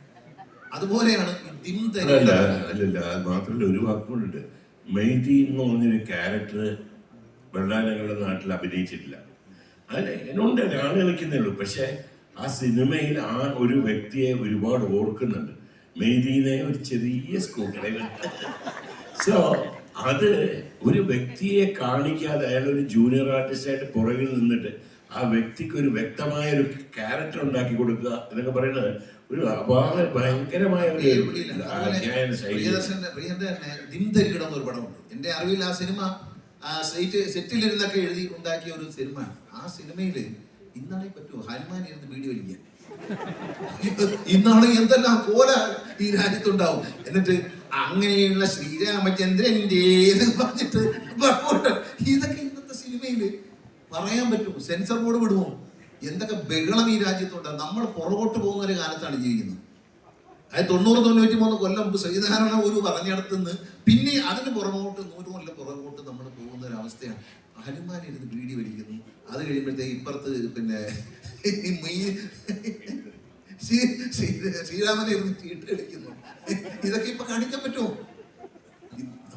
നമ്മൾ എങ്ങോട്ടാണ് പോകുന്നത്? അപ്പൊ ഇതൊക്കെ ഇങ്ങനെ നല്ലൊരു ക്രിയാത്മകമായ എഴുത്തുകൾ പോലും പറ്റാത്തൊരു കാലത്ത് ജീവിക്കുകയാണ്. കാലത്തിന് മുമ്പേ ശ്രീനിവാസൻ നടന്നു പോയത് നന്നായി എന്നാണ് എനിക്ക് തോന്നുന്നത്. കാരണം അന്നത്തെ ഒരു രീതിയിൽ പൊന്മുട്ടയുടെ താറാവ് എന്ന് തട്ടാൻ എന്ന് പേരിട്ടു ആദ്യം. ആ പടത്തിന് അവസാനം താറാവ് എന്ന് പേര് മാറ്റേണ്ടത്. അതാണ് നമ്മുടെ കാലത്തിന്റെ മാറ്റം. നമ്മൾ മുമ്പോട്ടോ നമ്മൾ പുറകോട്ടോ എന്ന് ചിന്തിക്കാൻ ശ്രീനിവാസന്റെ പല സിനിമകളും നമ്മളെ ചിന്തിപ്പിക്കും. അത് ഇപ്പം നമ്മൾ ഒരു രാഷ്ട്രീയ സിനിമ രഞ്ജി പണിക്കരുടെ കമ്മീഷണർ എന്ന സിനിമ എടുത്തു. അതിൽ നമുക്ക് പല പൊളിറ്റിക്കൽ ലീഡേഴ്സിനെ അവരെ ഭാര്യയും വരെ കാണാൻ പറ്റും. പക്ഷേ ശ്രീനിവാസന്റെ സിനിമയിൽ ഒരു കഥാപാത്രത്തിലൂടെ ഒരാളെയല്ല കാണുന്നത്, 100 പേരെങ്കിലും ഈ സമൂഹത്തിൽ നമുക്ക് ഐഡന്റിഫൈ ചെയ്യാൻ പറ്റും. ഇത് മറ്റേ പോലെയല്ലേ? അല്ലല്ലോ, മറ്റേ പോലെയല്ലേ? അങ്ങനത്തെ സംഭവമുണ്ട്. ഇപ്പൊ പൊളിറ്റിക്കൽ സിനിമ പറഞ്ഞാൽ ഇപ്പൊ പിന്നെ സന്ദേശത്തിൽ ഒരു ഹിന്ദി വടക്കേന്ത്യൻ നേതാവ് വരുന്നുണ്ട്, ഇന്നസെന്റിന്റെ കാരണം സഹായി വരുമ്പോഴുള്ള ഹിന്ദി പറച്ചിലും ആ ഹിന്ദിക്ക് വേണ്ടി തേങ്ങ പറിക്കാൻ കയറുന്നതും ഈ നാരികൾക്ക പാനി എന്ന് പറയുമ്പോൾ പെണ്ണുങ്ങളുടെ കാര്യം സ്ത്രീയെ പറ്റിയാണോ പറയുന്നത്? നാരി എന്ന് പറഞ്ഞ സ്ത്രീയാണ് എന്ന് പറയുന്നതൊക്കെ ഈ ഭാഷ അറിഞ്ഞാത്ത വടക്കേന്ത്യയിൽ നിന്ന നേതാവിനെ കൈകാര്യം ചെയ്യാൻ നമ്മുടെ നാട്ടിൽ പലരും വിഷമിക്കുന്നത് പാർലമെന്റിനകത്ത് പോലും നമ്മൾ കണ്ടുകൊണ്ടിരിക്കുകയാണ്. അപ്പൊ അങ്ങനെ ഇതൊക്കെ മുൻകൂട്ടി കാണാനും പറയാനും കഴിഞ്ഞു. പക്ഷെ ഇന്നും എനിക്ക് തോന്നുന്നില്ല സിനിമയിൽ അങ്ങനെ ഒരു തമാശ പറയാൻ. അല്ല, ഈ ശ്രീനേട്ടന്റെ തമാശകൾക്ക് ഒരു മുൻ മാതൃകകളില്ല. അത് പിന്നീട് ആർക്കും അനുകരിക്കാൻ പറ്റാത്ത തരത്തിലുള്ള തമാശയാണ്. അത് ശ്രീനേട്ടൻ പറഞ്ഞാൽ മാത്രമേ അത് തമാശ ആ രീതിയിൽ ഫലിപ്പിക്കാനും പറ്റും. ഇപ്പോൾ കടം വാങ്ങിച്ചിട്ട് കൊടുക്കാൻ പിന്നെ കാശ് തിരിച്ചു കൊടുക്കാനുള്ള ആളോട് അമേരിക്കയിൽ നിന്ന് ഇന്ത്യ ഒരുപാട് കടം വാങ്ങിച്ചിട്ടില്ല എന്ന് കരുതി രാവിലെ എഴുന്നേറ്റ് അമേരിക്ക ഇന്ത്യയെ ചീത്ത വിളിക്കാറ് എന്ന് ചോദിക്കുന്ന ഇത്രയും ലാഘവത്തോട് അത് വേറൊരാൾക്കും പറയാൻ പറ്റാത്തൊരു നർമ്മം. ഈ നർമ്മത്തിന് നമ്മൾ സാധാരണ വിചാരിക്കുന്നത് പോലെ അതൊരു ഉപരിപ്ലവമായ ഒരു നർമ്മമല്ല. ശ്രീനേട്ടന്റെ ഈ നർമ്മം എന്ന് പറയുന്നത് അത് മറ്റൊരു തലമുണ്ട്. നമ്മള് പലപ്പോഴും ഒരു ഡാർക്ക് ഹ്യൂമർ എന്നൊക്കെ പറയാറുണ്ട്, ഒരു ദുരന്ത ഹാസ്യം. ശരിക്കും ഹാസ്യവും കാണിക്കേണ്ടതില്ല, സറ്റയറാണ്. അപ്പൊ ഈ എല്ലാ ചിരിക്കും ഉള്ളിലും ഒരു കരച്ചിലുണ്ടെന്നും അല്ലെങ്കിൽ എല്ലാ കരച്ചിലിന്റെ ഉള്ളിലും ഒരു ചിരി ഉണ്ടെന്ന് പറയുന്ന ഒരു രീതിയിലുള്ള പലപ്പോഴും ഒരു കോമാളിത്തമല്ല, ശ്രീനേട്ടന്റെ വളരെ ഒരു ഇന്റലക്ച്വൽ ആയിട്ടുള്ള ഒരു ഹ്യൂമറാണ്. ഇപ്പോ അഭിനയത്തിന് വലിയ പ്രത്യേകതയുണ്ട്. പഞ്ചവടിപ്പാലെന്ന പടത്തിൽ ഒരു നിരങ്ങുന്ന തകിടിൽ ഒരു പലകയിൽ ഇരുന്നു കൊണ്ടാണ് ആ സിനിമയിൽ മുഴുവൻ കാണുന്ന ശ്രീനിവാസന്റെ കണ്ണിലൂടെ. പഞ്ചവടിപ്പാലം എന്ന സിനിമയിൽ ഇരുന്ന് നിരങ്ങാണ്, രാഷ്ട്രീയം എല്ലാം കേൾക്കണം, എല്ലാവരെയും പ്രസംഗം കേൾക്കും. അവസാനം നദിയിലൂടെ ഈ സാരയിൽ ഒഴുകുകയാണ്, പാലം പൊളിയുമ്പോൾ ആ കഥാപാത്രം എന്ന് പറയുന്നത് ശ്രീനിവാസൻ അല്ലാതെ ആ തറയിൽ നിന്ന് നിരങ്ങുന്നതും അതൊരു ഭയങ്കര അഭിനേതാവെന്നുള്ളതിലുള്ള അദ്ദേഹത്തിന്റെ വലിയൊരു പ്രതിഭ. പ്രത്യേകിച്ച് എൻ്റെ അറിവിലുള്ള ശ്രീനിവാസന് പ്രത്യേകിച്ച് യാതൊരു രാഷ്ട്രീയ ചായവോ രാഷ്ട്രീയ ചിന്താഗതിയോ ഇല്ലാത്ത ഒരാളായിരുന്നു. എല്ലാത്തിനെയും ഒരു പരിഹാസം അല്ല എന്നുണ്ടെങ്കിൽ നർമ്മം കൊണ്ട് കാണുന്നൊരു അപ്രോച്ച് മാത്രമേ കണ്ടതുപോലെയാണ് കണ്ടത്. പക്ഷേ ശ്രീനിയുടെ രാഷ്ട്രീയം എന്ന് പറഞ്ഞു കഴിഞ്ഞാൽ മനുഷ്യപക്ഷത്ത് നിൽക്കുന്നതാണ്. അതുകൊണ്ടാണ് എല്ലാവരെയും കഥാപാത്രത്തിനെ 100 പേരുമായി താരതമ്യം പറ്റും. അല്ല, അത് കാണണമെങ്കിൽ വീക്കാനായിട്ട് നമുക്ക് സമയം തോന്നുന്നത്. കാരണം വീക്കാൻ്റെ എഴുത്തിലും അത് കാണാൻ കഴിയുന്നു. അതേപോലെ വൈക്കം മുഹമ്മദ് ബഷീറിന്റെ പോലെ വൈക്കം മുഹമ്മദ് ബഷീറിന്റെ പുസ്തകങ്ങളെല്ലാം ചെറുതാണ്. ശ്രീനിവാസന്റെ തിരക്കഥയിലെ ഈ പ്രിയൻ പറഞ്ഞതുപോലെ ഒരു ഡയലോഗിലാണ് ഡെമോക്രസി ഈസ് വെരി എക്സ്പെൻസീവ് എന്ന് പറഞ്ഞതുപോലെയുള്ള ഒരു ഡയലോഗ് വൈക്കം മുഹമ്മദ് ബഷീറിന്റെ കഥകൾ വായിച്ചാൽ നമുക്കറിയാം. കാരണം വളരെ കുറഞ്ഞ വാക്കുകളിൽ വലിയ ഒരു സന്ദേശം അദ്ദേഹത്തിന് പകർന്നു തരാൻ കഴിഞ്ഞിട്ടുണ്ട്. അതുപോലെ ഒരു എഴുത്തുകാരനായിരുന്നു ശ്രീനിവാസൻ. മലയാള ഭാഷയ്ക്ക് തന്നെ എത്ര പദങ്ങളാണ് ശ്രീകണ്ഠത്. ഇപ്പൊ താത്വികാവലോകനം എന്ന് പറയുന്നൊരു പദം അടുത്ത കാലത്ത് വളരെയേറെ ചർച്ചയപ്പെടുന്ന നമ്മൾ ആദ്യം പ്രയോഗിച്ച് അതിന്റെ കൃത്യമായി പ്രയോഗിച്ചു. അതാണ് അന്തർധാര എന്ന് പറയുന്ന ഒരു പദം. എല്ലാത്തിനും അതിൻ്റെതായ സമയമുണ്ട്. ഇങ്ങനെയുള്ള എത്രയോ പ്രയോഗങ്ങൾ മലയാള ഭാഷയ്ക്ക്. അപ്പോൾ സിനിമയ്ക്ക് മാത്രമല്ല, മലയാളികളുടെ നിത്യജീവിതത്തിൽ പോലും വലിയ സ്വാധീനം ചെലുത്താൻ കഴിഞ്ഞിട്ടുണ്ട്. അതാണ് ഒരു മഹാപ്രതിഭയുടെ ഒരു അടയാളമായിട്ട് നമ്മൾ അദ്ദേഹത്തിന്റെ ഹാസ്യത്തെ കുറിച്ചൊക്കെ വളരെ ഡീറ്റെയിൽ ആയിട്ട് സംസാരിച്ചു. തമാശയില്ലാത്തൊരു വാക്കിനെ തമാശ വാക്കാക്കി മാറ്റി. ഇപ്പൊ ഈ ചാർലി ചാപ്ലിന്റെ സിനിമയിൽ അദ്ദേഹം ബിഷപ്പിന്റെ ഒരു വല്ലാത്ത അവസ്ഥയിൽ ഒരു ഷൂസ് ഒഴുകി തിന്നുന്ന ഒരു സീനുണ്ട്. ഇത് കാണുമ്പോൾ നമ്മൾ വല്ലാതെ പൊട്ടിച്ചിരിക്കുകയും ആർത്തട്ടഹസിച്ചിരിക്കുകയും ചെയ്യും. പക്ഷെ അതിന്റെ അകത്ത് ബിഷപ്പ് എന്ന് പറയുന്ന മനുഷ്യന്റെ ഏറ്റവും ഭീകരമായ ഒരു അവസ്ഥ. അപ്പൊ അത് നമ്മൾ ചിരിക്കുമ്പോൾ പോലും ഉള്ളിൽ പിന്നീട് അതിനെക്കുറിച്ച് നമുക്കൊരു ചിന്ത ഉണർത്തുന്ന, അത് മനുഷ്യന്റെ ഒരു ജീവിത അവസ്ഥയെ കുറിച്ചുള്ള ഒരു ബോധ്യം നമ്മൾ വരുത്തുന്നത്. ഇങ്ങനെ ഇത് ശ്രീനേട്ടനും അദ്ദേഹത്തിന്റെ ഈ തമാശകളിലൂടെ ഒരു ജീവിത അവബോധം തന്നെ നടത്തുന്ന തരത്തിലാണ് പല തമാശകളും നമുക്ക് വ്യാഖ്യാനിക്കാൻ പറ്റുന്നത്. ഈ സന്ദേശം എന്ന സിനിമ അത് എല്ലാ കാലത്തുമുള്ള മനുഷ്യർക്ക്, പിന്നെ സമൂഹത്തിന്, രാഷ്ട്രീയത്തിന് ഒക്കെ നൽകുന്ന ഒരു വലിയ സന്ദേശമായിട്ട് ദീർഘകാലം അതിങ്ങനെ നിലനിൽക്കുന്ന ഒരു സിനിമയാണ്. കാലാധിപത്യമായി നിലനിൽക്കുന്ന ഒന്നായിട്ട് തോന്നിയിട്ടുണ്ട്. അത് ഈ രാഷ്ട്രീയത്തിനകത്തെ ചില മൂല്യച്യുതികള്, രാഷ്ട്രീയ പ്രവർത്തനത്തിനകത്തെ ചില പിന്നെ വളരെ ഇതായിട്ടുള്ള ജീർണതകള്, ഇങ്ങനെ പ്രസ്ഥാനത്തിന്റെ ചില ജീർണതകൾ, വീഴ്ചകൾ, ഇതെല്ലാം അദ്ദേഹത്തിന്റെ വിഷയങ്ങളായിട്ട് വന്നിട്ടുണ്ട്. മനുഷ്യ ജീവിതാവസ്ഥ മാത്രമല്ല, അദ്ദേഹം എല്ലാത്തിനെയും നോക്കിക്കാണുകയും അതിനകത്ത് കൃത്യമായ അദ്ദേഹത്തിന്റെ പ്രതികരണങ്ങൾ അത് ഏറ്റവും ശക്തമായ വിമർശനമായും ആക്ഷേപഹാസ്യമായും ഒക്കെ ഒന്നായി അവതരിപ്പിക്കുന്ന സിനിമയുടെ തിരക്കഥകളൊക്കെ ഓരോന്നും അത് ഒരു എന്താണ് അതിന് കൃത്യമായ ക്രാഫ്റ്റ് നന്നായി അറിയുന്ന ഒരു തിരക്കഥാകൃത്ത്, അഭിനയത്തിന്റെ ഏറ്റവും നല്ല മർമ്മം അറിയുന്ന ഏറ്റവും മികച്ച ഒരു അഭിനേതാവ്, ഇങ്ങനെ ഏറ്റവും മികച്ച സംവിധാനം, ഇങ്ങനെ പലതരത്തിൽ ശ്രീനേട്ടന്റെ പ്രതിഭ നമ്മുടെ മലയാളികളുടെ മുമ്പിൽ. അല്ല, എനിക്കൊരു അഡീഷണൽ ആയിട്ട് ചേർക്കാനുള്ളത് വെച്ചാൽ ശ്രീനിവാസന്റെ ഒരു കാലം, ശ്രീനിവാസന്റെ ഒരു ലോകം, ഇത് വളരെ പ്രധാനപ്പെട്ട. അത് മലയാള സിനിമയുടെ ഒരു പരിച്ഛേദം എടുത്തുകൊണ്ടെങ്കിൽ ആ ഒരു കാലവും ആ ലോകവും ശരിക്കും പറയണമെങ്കിൽ പുതിയ തലമുറയ്ക്ക്, ഇനിയിപ്പോൾ അടുത്ത് വരുന്നൊരു തലമുറയ്ക്ക് കൂടി ഡോക്യുമെന്റ് ചെയ്യുന്ന രീതിയിൽ തീർച്ചയായിട്ടും സാംസ്കാരിക വകുപ്പൊക്കെ ആ രീതിയിൽ എടുക്കണം. അല്ലാതെ വെറുതെ ശ്രീനിവാസനൊരു സ്മാരകം ഉണ്ടാക്കുന്നു അല്ലെങ്കിൽ വേറൊരു ആക്ടർക്ക് ഒരു സ്മാരകം ഉണ്ടാക്കുന്നു എന്നുള്ള രീതിയിലല്ല. ഇതിനെ വളരെ സൂക്ഷ്മമായിട്ട് തന്നെ നിരീക്ഷിക്കുന്ന രീതിയിൽ പുതിയ തലമുറ എങ്ങനെയാണ് ഒരു കാലത്തെ മലയാളി എങ്ങനെ ജീവിച്ചു എന്നുള്ളത് കൂടി ഒരു പരിചയമായിട്ട് ശ്രീനിവാസന്റെ സിനിമകളും ശ്രീനിവാസന്റെ എഴുത്തിനെയും നമുക്ക് അടയാളപ്പെടുത്താൻ കഴിയണം. അത് സർക്കാരിന്റെ ഭാഗത്തു നിന്ന് അത്തരം ഒരു നീക്കം ഉണ്ടാവണം എന്നുള്ളതാണ് എനിക്ക് പറയാനുള്ളത്. വളരെ പെട്ടെന്ന് ഇത് ചൂട് പിടിക്കുന്ന ഒരു ഘട്ടത്തിലാണ് യഥാർത്ഥത്തിൽ ഇന്ന് ഒരിക്കലും പറഞ്ഞു തീരാത്ത ഒരു മനുഷ്യനെ കുറിച്ചുള്ള ചർച്ച നമുക്ക് അവസാനിപ്പിക്കേണ്ടി വരുന്നത്.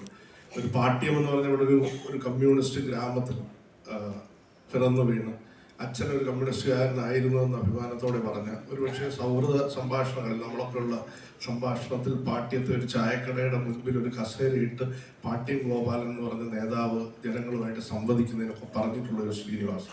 അപ്പോൾ എല്ലാത്തിനെയും അദ്ദേഹത്തിൻ്റെ ചലച്ചിത്രങ്ങളിലൂടെ സാമൂഹികമായും രാഷ്ട്രീയമായും സാംസ്കാരികമായും ഒക്കെ നമുക്ക് ഒരുപാട് വീണ്ടെടുപ്പുകൾക്ക് സാധ്യതകളുള്ള ഒരു ചലച്ചിത്ര ജീവിതം ബാക്കി നിർത്തിക്കൊണ്ടാണ് ശ്രീനിവാസൻ നമ്മോട് യാത്ര പറഞ്ഞത്.